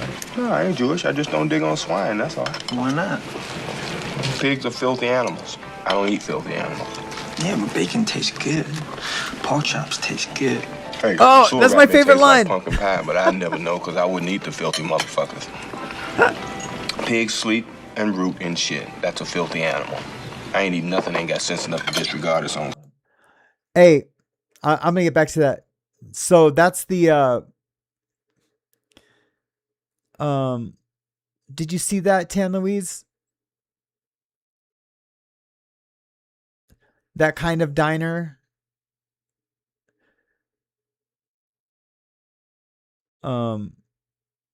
It's How about a dog? Dog eats his own feces. that's like a Denny's. I don't eat dog either. Like that. That's the Hawthorne. I've been there so many times. I don't know why. I just thought he'd be European or something because he. Yeah, man, he's about as And that- European as fucking English That's pretty flower. close to what a Yeah, Denny's yeah. looks But like. was he cool or what? Thank you. Totally fucking cool. In control. Didn't even, he didn't really get pissed when you were fucking with him. I was amazed. This is a great some scene. bacon? No, man, I don't eat pork. Are you Jewish? No, I ain't Jewish. I just don't dig on swine, that's all. Why not? Bacon Pigs tastes are good. filthy animals. Pork chops I don't eat taste filthy good. animals.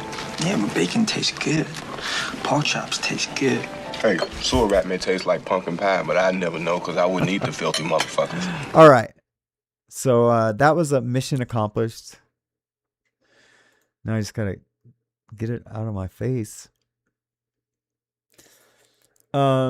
So yeah, those are Denny's.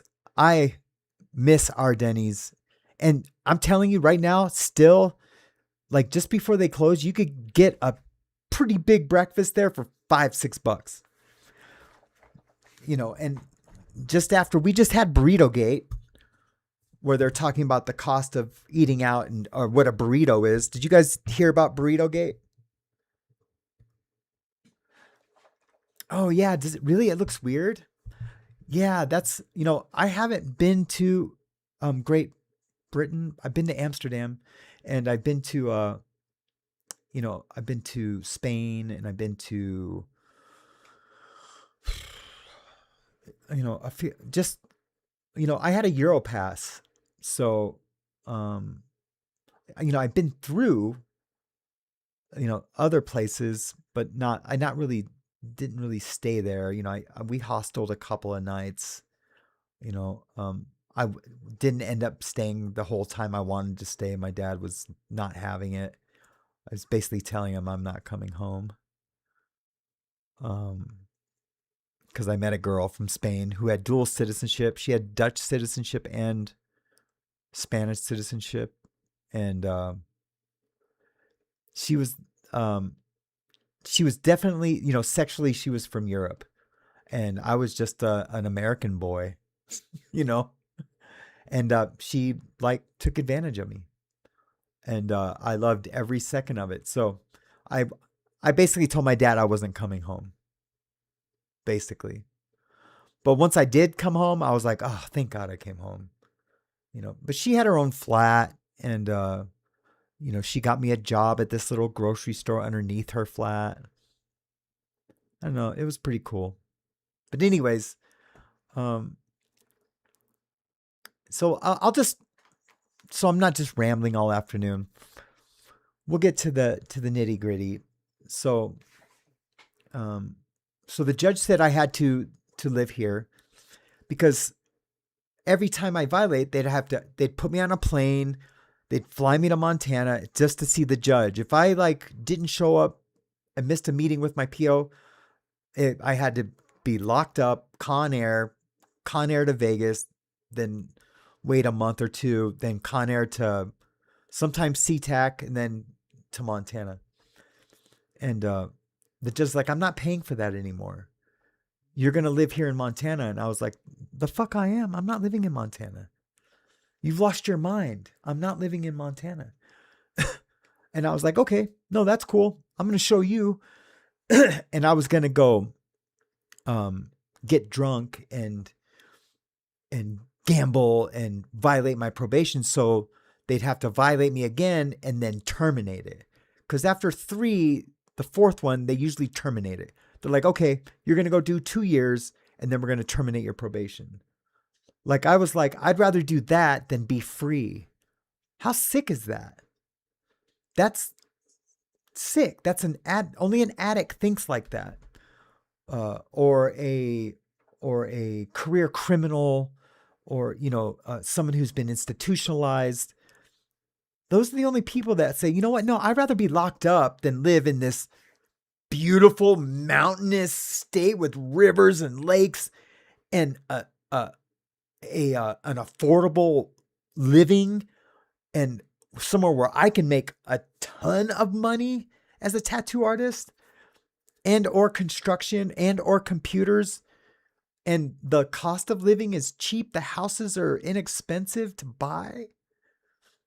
I was like, no, I'd rather go to prison than to do that. Well, come to find out, when I got off the plane, when I did my 9 months violation, and I was like, I'm doing it as soon as I get off the plane, right? I do my little 9-month violation. I get off the plane, and there's this little old guy. Do you guys remember me telling this? I need props for my stories. Oh yeah, here we go. It wasn't quite like this, but there's this little old guy, and he's standing. I haven't hung up the shelf yet. He's standing out in front of the door to get out of the airport with this little white dog. He's got a big old scraggly white beard, like a hillbilly type hat. It's all scrunched up, and he's holding a sign that says Yarbo, not Yarborough. It says Yarbo. And he's just standing there like this, smiling. Like this. And I'm like, so I walk by him. I see him. I see his little scraggly rat in a dog suit. I see that thing. I see the old man who's really a rat in a human suit. I mean, that's what they look like, by first glance. And then I see he's got a sign that says Yarbo. So I get 20 steps out of the airport, and it hits me. I'm like, did that sign say Yarbo or Yarborough? Or does he mean Yarborough? I was like, okay. Look, I just talked to probation and parole at the prison before I left. They're like, yeah, we don't know what you're going to do. Just when you get to Montana, just go to the men's shelter and we'll figure it out. And I'm like, no way. I'm not going to sleep in no homeless shelter. You crazy? I'm going to do me and do my plan. Anyways, I'm taking a long time for this story, guys. I'm sorry. So I go back and I'm like, hey man, is that supposed to say Yarborough? He's like, are you Sam? I'm like, yeah, that's me. I'm Sam. Who the F are you? Mind you, I'm like 280 at this time. I'm like 225, 230 right now. I'm like 280 at this time, just stacked. And he's like this little guy. And I was just like, yeah, who the fuck are you? He's like, I'm Ken Cottrell. You're going to live at my house. I was like, really? He's like, yeah. He's like, I have a program that you can live in. I was like, really? He's like, yeah. I'm like, is it like a sober living? He's like, no. He's like, do you believe in God? I was like, I don't know. He's like, yeah, you're going to come live with me. I'm like, okay. And I swear to God, I get in the car and what do I do? Because you guys all know me. I just start crying. Because I thought I was going back to prison. I had my mind made up. But see, God intervened and sent one of his soldiers, because that's what this guy ended up being. This guy's like a soldier for God. He doesn't look like a soldier. But God uses him when God needs to use him. And I was already looking for God. And I had kingdom conversations in jail with this guy about God, like real kingdom conversations about Jesus and the Trinity and like the sins and dying for our sins. Anyways. And then when I get out, I'm like, well, I'm going back to prison. God says, you know what? I think you're starting to listen. So here, I'm going to put you with this guy. I'm doing this like a chess piece, I guess. I don't know why I was waving my hand out here. I guess I'm representing God, and here's Ken, and then here I'm gonna put you at this airport. La la la. I wonder if he does that. La la la. When he's making moves. When God's up in heaven making moves, he's like, bam, boom, boom. I don't think he's scratching like a DJ either, but he's doing something with his people, right? And man, I cried. And I got baptized shortly after that. And then I opened up my first tattoo shop in Montana. And then I met a girl. And her name was Mariana. And you guys know the rest. I mean, I pretty much told you my divorce and why. I mean, if you guys have been with me for a while, and I'm sorry for the people that are new listening or on the replay, they were kind of there for all of it because my show was growing and I had another channel that was pretty successful. It was up to making like $5,000 a month for a while. And I started this one with another guy. I had a co-host, and it was doing good. But then my wife was like, "You're spending too much time on the computer. You know, are you done yet?" Like I'd have to go like this during lives, like, "I'll be done in a minute," you know. And then I know that looks ugly, you know, like, dang, are they like arguing on during the live? And so then I had to stop doing those shows and these shows. And then she started getting jealous of like the female viewers that, you know, would send me an email. Hey, I know you're going through it. Hope you're okay. You know, let me know if you need anything. Just strictly showing support. And I get it. This is a parasocial environment, but I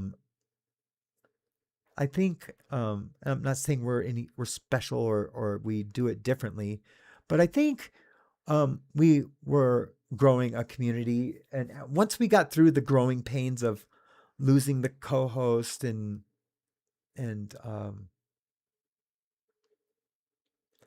little things that happened, the people, places, and things that all happened in the community. And I felt like it was doing pretty good. And then I had to just stop. You know, I started missing them because of what I had to do with my family, because I started making less money because I couldn't spend as much time on the channel that was doing well. And so then we couldn't afford, you know, one of my trucks had to be repoed, involuntary repo. Couldn't afford daycare. So then I was the daycare which is fine. I love my daughter. You guys know how much I love my daughter. But, and I don't consider I was daycare, but I took the place of daycare. So then, I maybe had 3 hours to do anything on YouTube. Once I took her to school, picked her up, and then it was a wrap, I had no time for anything. And then, so those resentments started building.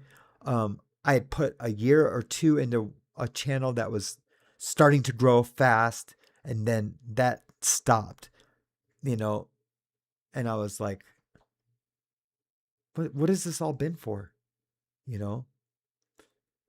And so I had to have conversations with her. These were a while ago. Like, who's going to take care of me when I need to be taken care of? Not you, right? I mean, you might be there, but I'm talking about like financially. So financially, I have to get right. Right? That's why I'm making an app and opening my house to people so they can be sober, or live in a sober environment, in a recovery environment. There's all kinds of things, I'm doing to make it better. But this is like a major part of it. Not to really generate money, but I need this community for sanity. And this community is in my world of YouTube and the things that I'm doing on computers. So this is where I stay sober, is here with you guys. Even if it's just talking about nothing and me like looking for stuff and looking for videos and like, oh yeah, you gotta check out my, this, and look at my socks. And, I need this because when I hit end stream, I feel better, I feel better. So, and that was taken away from me. My two lives collided, but I have to look out for me or else I'll end up in a spiral and then I'm no good for anybody. So I just have to do things the right way.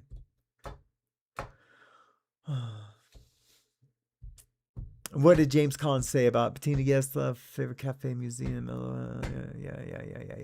Lots of cafes. Anyways, things have changed all over the place. So that's where I'm at. I did have a relapse during this time. I was super tired. And not making an excuse, I knew the relapse was coming way before the relapse happened. And I decided to eat a little bit of, I don't know why I don't want to say it, but you know what it is. So the speed, the drink, yeah, I ate a little bit of speed, but I did it with Alka-Seltzer and it like intensifies it. And I did not have fun. The whole time. It was just like when I did mushrooms that time. Some of you guys remember when the whole time I was just worried about Hazley seeing me. Then she was 4. I just didn't want her to see me on mushrooms. I hadn't done mushrooms since the 80s, but my wife, who's doing mushrooms every weekend with her friends and going out drinking, thought it would be fun if we did them together. I was like, okay, sure. And miserable. And that's what this was. I ate the shard, drank the Alka-Seltzer, and was miserable. Like, the feeling was great, but the whole, I don't want to become this guy again. I don't want to be a drug dealer. I don't want to be a drug addict. I don't want to lose my daughter. And like all the people that trust me. So many people trust me out here. And there's so many people burning people out here. And I don't want to be a part of any of that. I want to be a part of what's good. Oh, you know what I mean? This is what I'm thinking when I was high. I was like, I can't go back to that because then I'm in prison too. I don't have another one in me. I don't have another I don't have another night in jail in me. I was telling a friend of mine the other day, I was like, dude, one day I just realized I don't ever have to go back to jail.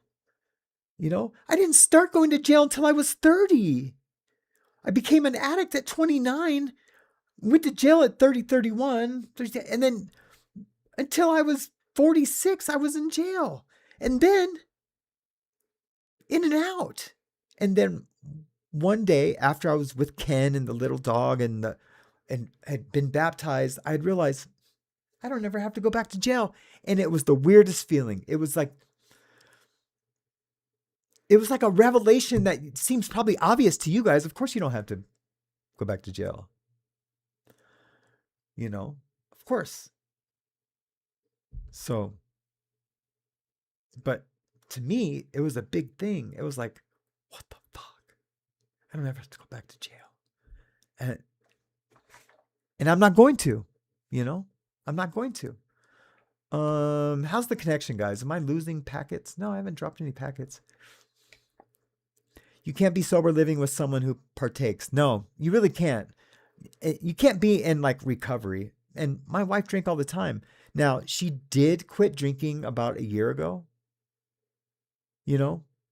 So, to her credit, she realized that too, and she didn't drink or use the divorce. Sorry to hear about the divorce. Yeah, no. It's it was only the hard part was moving out. That was the hard part for all of us. The actual physically moving out and watching me pack and them in the room trying to watch TV, and Hazley would come out crying and give me a hug, and then Mariana would come out crying and I would give her a hug, and then I would pick up something to put in a box like a Father's Day gift and I'd start crying, you know. That's the hard part. It's I don't want to be emotional about this right now. It's like the memories, right? The fun memories is the hard part. But the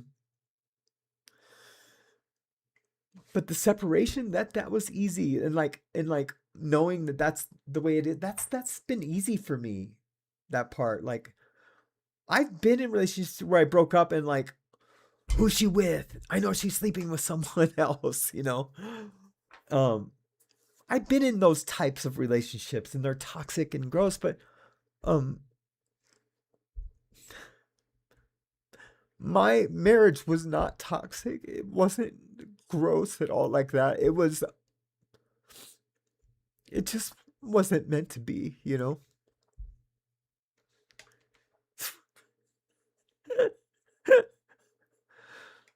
I have to make sure Mariana doesn't see this. Cuz I'm not trying to like resolve the marriage at all. I can't. I'll be miserable, and I'm tired of being miserable and being like in this like fucking prison. You know? So that was the hard part, was just like the memories of it all. But, you know, not being in love, if you're not in love, you just know it's not right. It can't work. And like I don't have a libido either. Like she's 30, I'm almost 60 with no libido. Well, I mean, come to find out, I do have a little bit of one that I'm discovering now, but I am gonna start doing peptides and things like that. But it was a trip. The things that would make you emotional, you know, when you're packing, but not once did either one of us waver. We never wavered. I think she thought I was wavering. She's like, no, we can't do this anymore. I was like, I know, that's not what I'm saying, freak. That's what I would say. It's not what I'm saying, freak. God. Anyways, I don't know. I might check it out if it's still there. I don't. Far from Remblangstenplang. Rembrandtstein plane. Well, guys, I'm saying this just for the algorithm. This has been a great recovery show about recovery and my testimony on how I got sober. There, had to say that for the algorithm. Hopefully you guys, oh man, I didn't do, oh, it's because it's on the other computer. Damn it. I had all my effects and things on the other software, the other thing. Let me see if I have anything over here. Damn it. What's this? What is this here? Oh, that's the ending. No, I had some other fun stuff I wanted to show. And before, but there's a lot of, well, I wanted to show anyways, make sure you hit the like button on the way in. I know it's too late now. I should have said it at the beginning, but I was having technical difficulties. But yes, definitely on your way in, make sure you hit the like button. I guess I'm going to have to get this wall over here set up so it's can be a background. Oh, I can do this too. Forgot. So you don't have to see all my ugly computer equipment.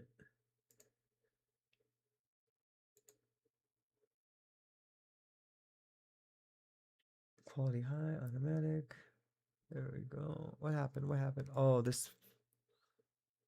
Oh, I guess this one doesn't do it. Oh, I guess my camera has to be nicer. That's crazy. Huh. I guess my other camera can do the automatic. Let me see if I can calibrate it. I'm just playing around now.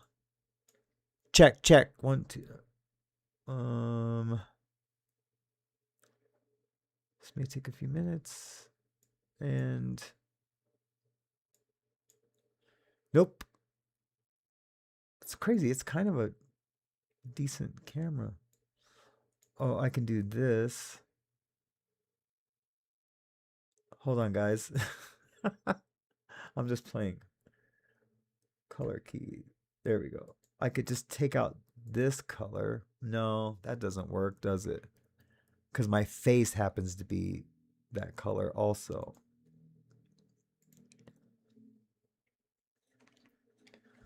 I don't know. I don't know what to do. I'm definitely not doing that though. Oh, you know what I do have? I always forget I have all these things. I have a big giant green screen, or it's a big giant green screen cloth that I don't have clips for.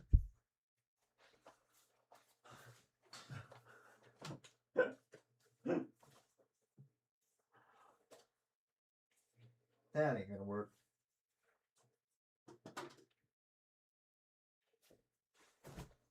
Never mind. I tried to hang it. I mean, I could hang it eventually. Bye, Tan Louise. Thank you so much for being here today. I'm on Monday through Friday now, and sometimes Saturday. So thank you so much for stopping by. I missed seeing you in my chat, and I'm so glad you showed up today. Hold, please, while I play with the green screen. But thank you so much. Thompson, are you leaving too? Yeah, I'm about to shut it down, really. I've been talking a long time. I don't know if I got into the hope and what I did to stay sober, because it was a lot. I did a lot. I really worked on myself. So thank you, Susie Q. I appreciate that. Incarnasoul, it's awesome to see you. Yeah, I'm going to be here every day, man. We're just going to grow this community to a certain point, and then we'll just kind of say, okay, no one else can be here. And we'll all go behind a paywall, but I won't charge anybody but new people. Just kidding. I mean, kind of kidding. But But man, thank you all for being here. I'm just gonna check out some of the different scenes real quick. What I have, I can't remember what's set up over here. Oh yeah, remember this? This is when we were talking about the fires down in LA. These are all old scenes. I don't remember what I was doing there. Don't remember what I was doing there.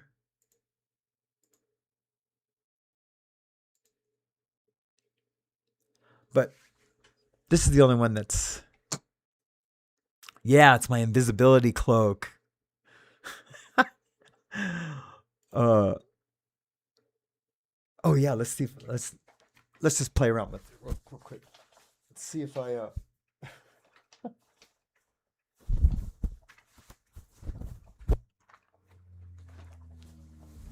I have my sailing shorts on today.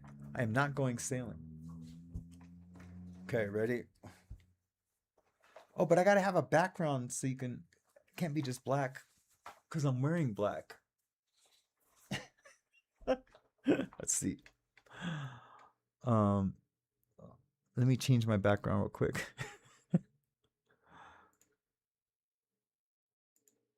Okay, there we go.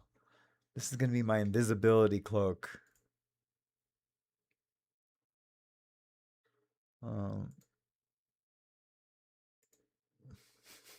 Hold on.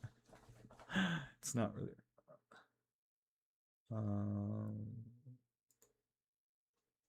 There we go.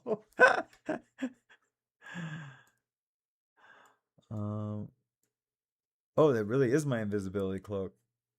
There, I'm trying to.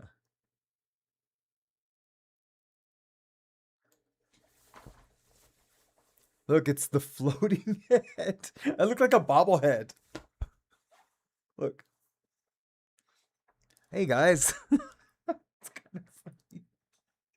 It's just the floating head. Okay, what time is tomorrow? What time is tomorrow? Tomorrow's Saturday.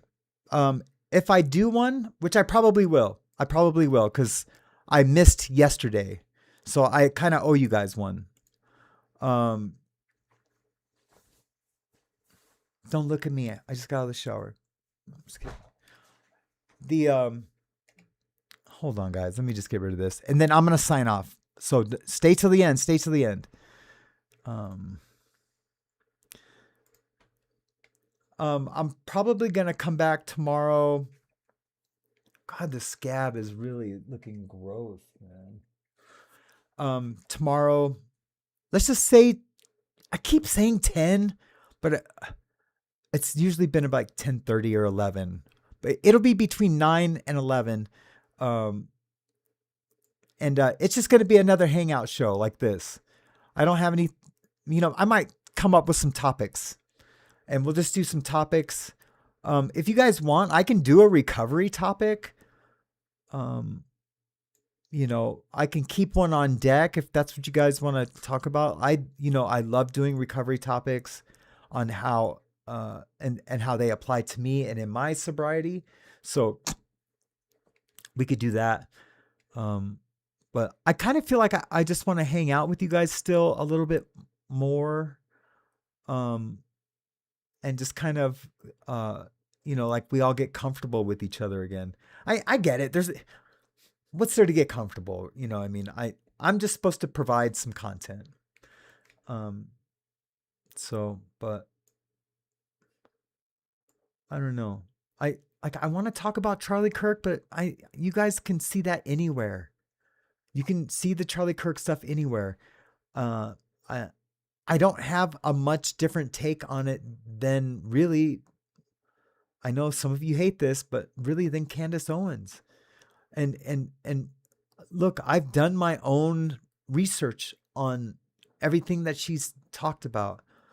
And only a few things have made me go, no, but if she has a source that she trusts and they give her she has to investigate it, and then let us know that it's not real. But there's some very, very, very spooky things. And now that TPUSA is sending out all these creeps to try to discredit what people are just asking questions, bro. They're just okay, why can't we see his face? And why is the aspect ratio changed on this to scrunch it up? So the guy looks skinnier and the guy's made to try to look like Tyler Robinson. Why was there 3 pairs of gray Converse at his house or planted at his house? There's so much, man. There's so much. We don't, the society we live in right now, and I'm not going to get political at the end of the show, but the society we live in right now isn't what it seems. And I don't want to become a conspiracy podcaster, but when it's true, it's not. I don't know, but it's part of what I want to talk about here in the future. But Fridays and Saturdays, I want to keep it light, so we'll do something light tomorrow. I love you guys and I miss you. Remember, be kind to people, especially people that you look. I feel like we're mostly all empaths, right? Some more than others. I know I am more than others. I know Anti-Monkey Pants is probably a little more than others, but if you're in this community, you like talking about good things and love and hearing someone talk about like a little bit of his journey. I didn't even barely touch on like the meat and potatoes of the story of my story, but that's okay. It all comes out with different things. But I guess what I was going to say is, you guys all get it, so if we talk about this and that, and I think as long as we just keep it real and authentic, and we make it a safe place for when other people come into the community, that, if we have to prompt them once or twice about like, oh, hey, we don't use those terms, or, we don't call people names, to a point, I'll let 2 people argue and be like, you're an idiot. You got to let those go by, because, maybe that person could be an idiot, and it could be me. I could be the idiot. So those can fly, especially when we get super personal, oh yeah, well, maybe your mom sucks dick on the corner in Compton, shit like that. No, that shit don't fly here. And really that language I just used doesn't really fly here. So, we'll get it all figured out, but isn't it fun? I'm having a blast, and I can't wait to do the rest of these shows. And I'm not against like the haters coming back out and saying like, oh, the grifters are all back and blah blah blah, and I don't care. I was already coming back, and I guess they're not here.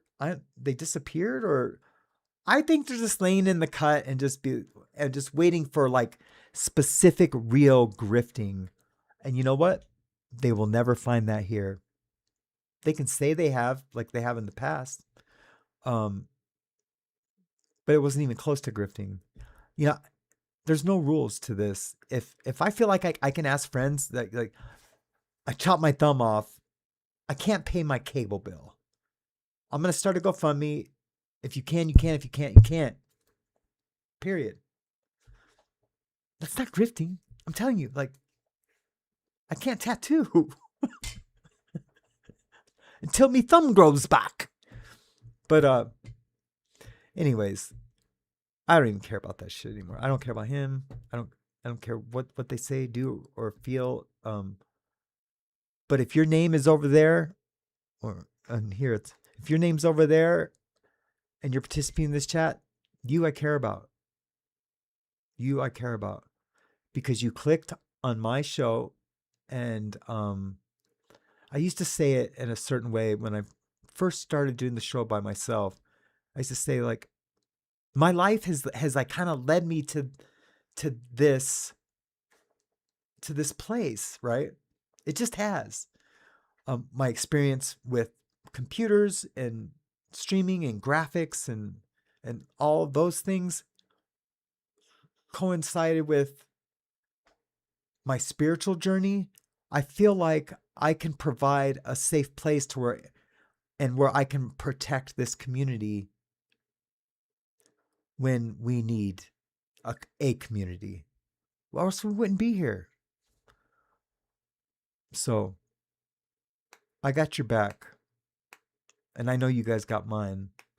So I will see you guys tomorrow. I'll try to do it as early as possible. Or I can do it as late as possible up until about 11. Oh yeah, what time? I have a tattoo tomorrow, I think at 11 or 12. I'll tell you what, I'm going to schedule my tattoo at 12. I will do the show like at 10. It has to be it'll be at 10, no later than 10:30. And I love you guys. Look for someone to be kind to. Every day I want to say a different thing, like go be kind to an old lady crossing the street or walking in the mall. Tell her she looks pretty and not in a creepy way. Go, you know, you look really pretty today. I did that once and it must have just come off just right because she was like, no one's told me that since the 1930s. She had her little bonnet on and she was like walking real slow and she had her lipstick on and her makeup on. And like, this is when I was like, I mean, it was before my wife was killed, but it was before I even knew her. Like I was just a 20-something party guy. Like, I was actually hungover. And I seen her walking in the mall and I could tell that she like spent time on getting herself together to walk through the mall. And I was like, you look so pretty today. I'm sorry, excuse me. She's like, no one's told me that since the 30s. And I was like, oh.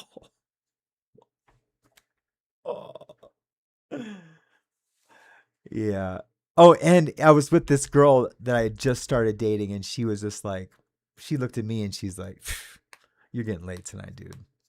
You're getting late tonight. She said it with her eyes. She didn't say it out loud, but I could tell. She was looking at me like a double cheeseburger. You know what I mean? Have you ever looked at your partner like that? Like, it's going down. I know you do, Susie Q and Shell Dub and Tan Louise and Incarnasol and who Thompson, James Collins Cares. I did your sound effect today, but it was on the other computer. And everyone else that has here and has been here, Patina, what happened to Danette? And Danette, oh, she's watching Tupac.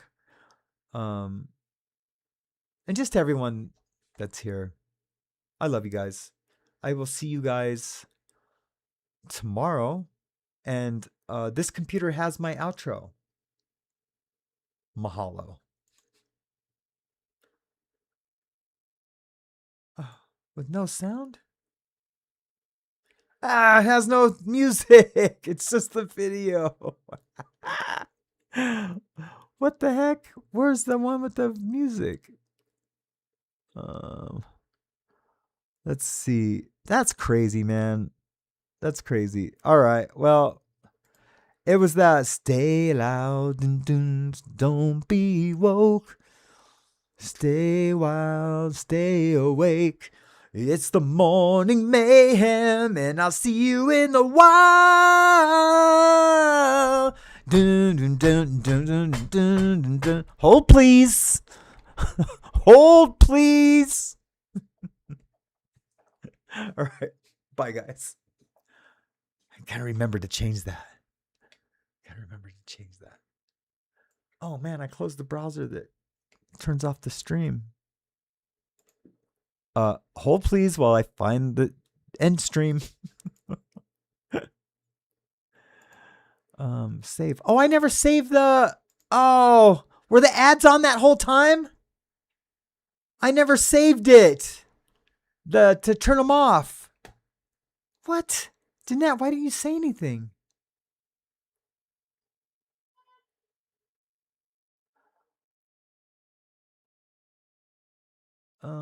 I can't end this. How come I can't end this stream?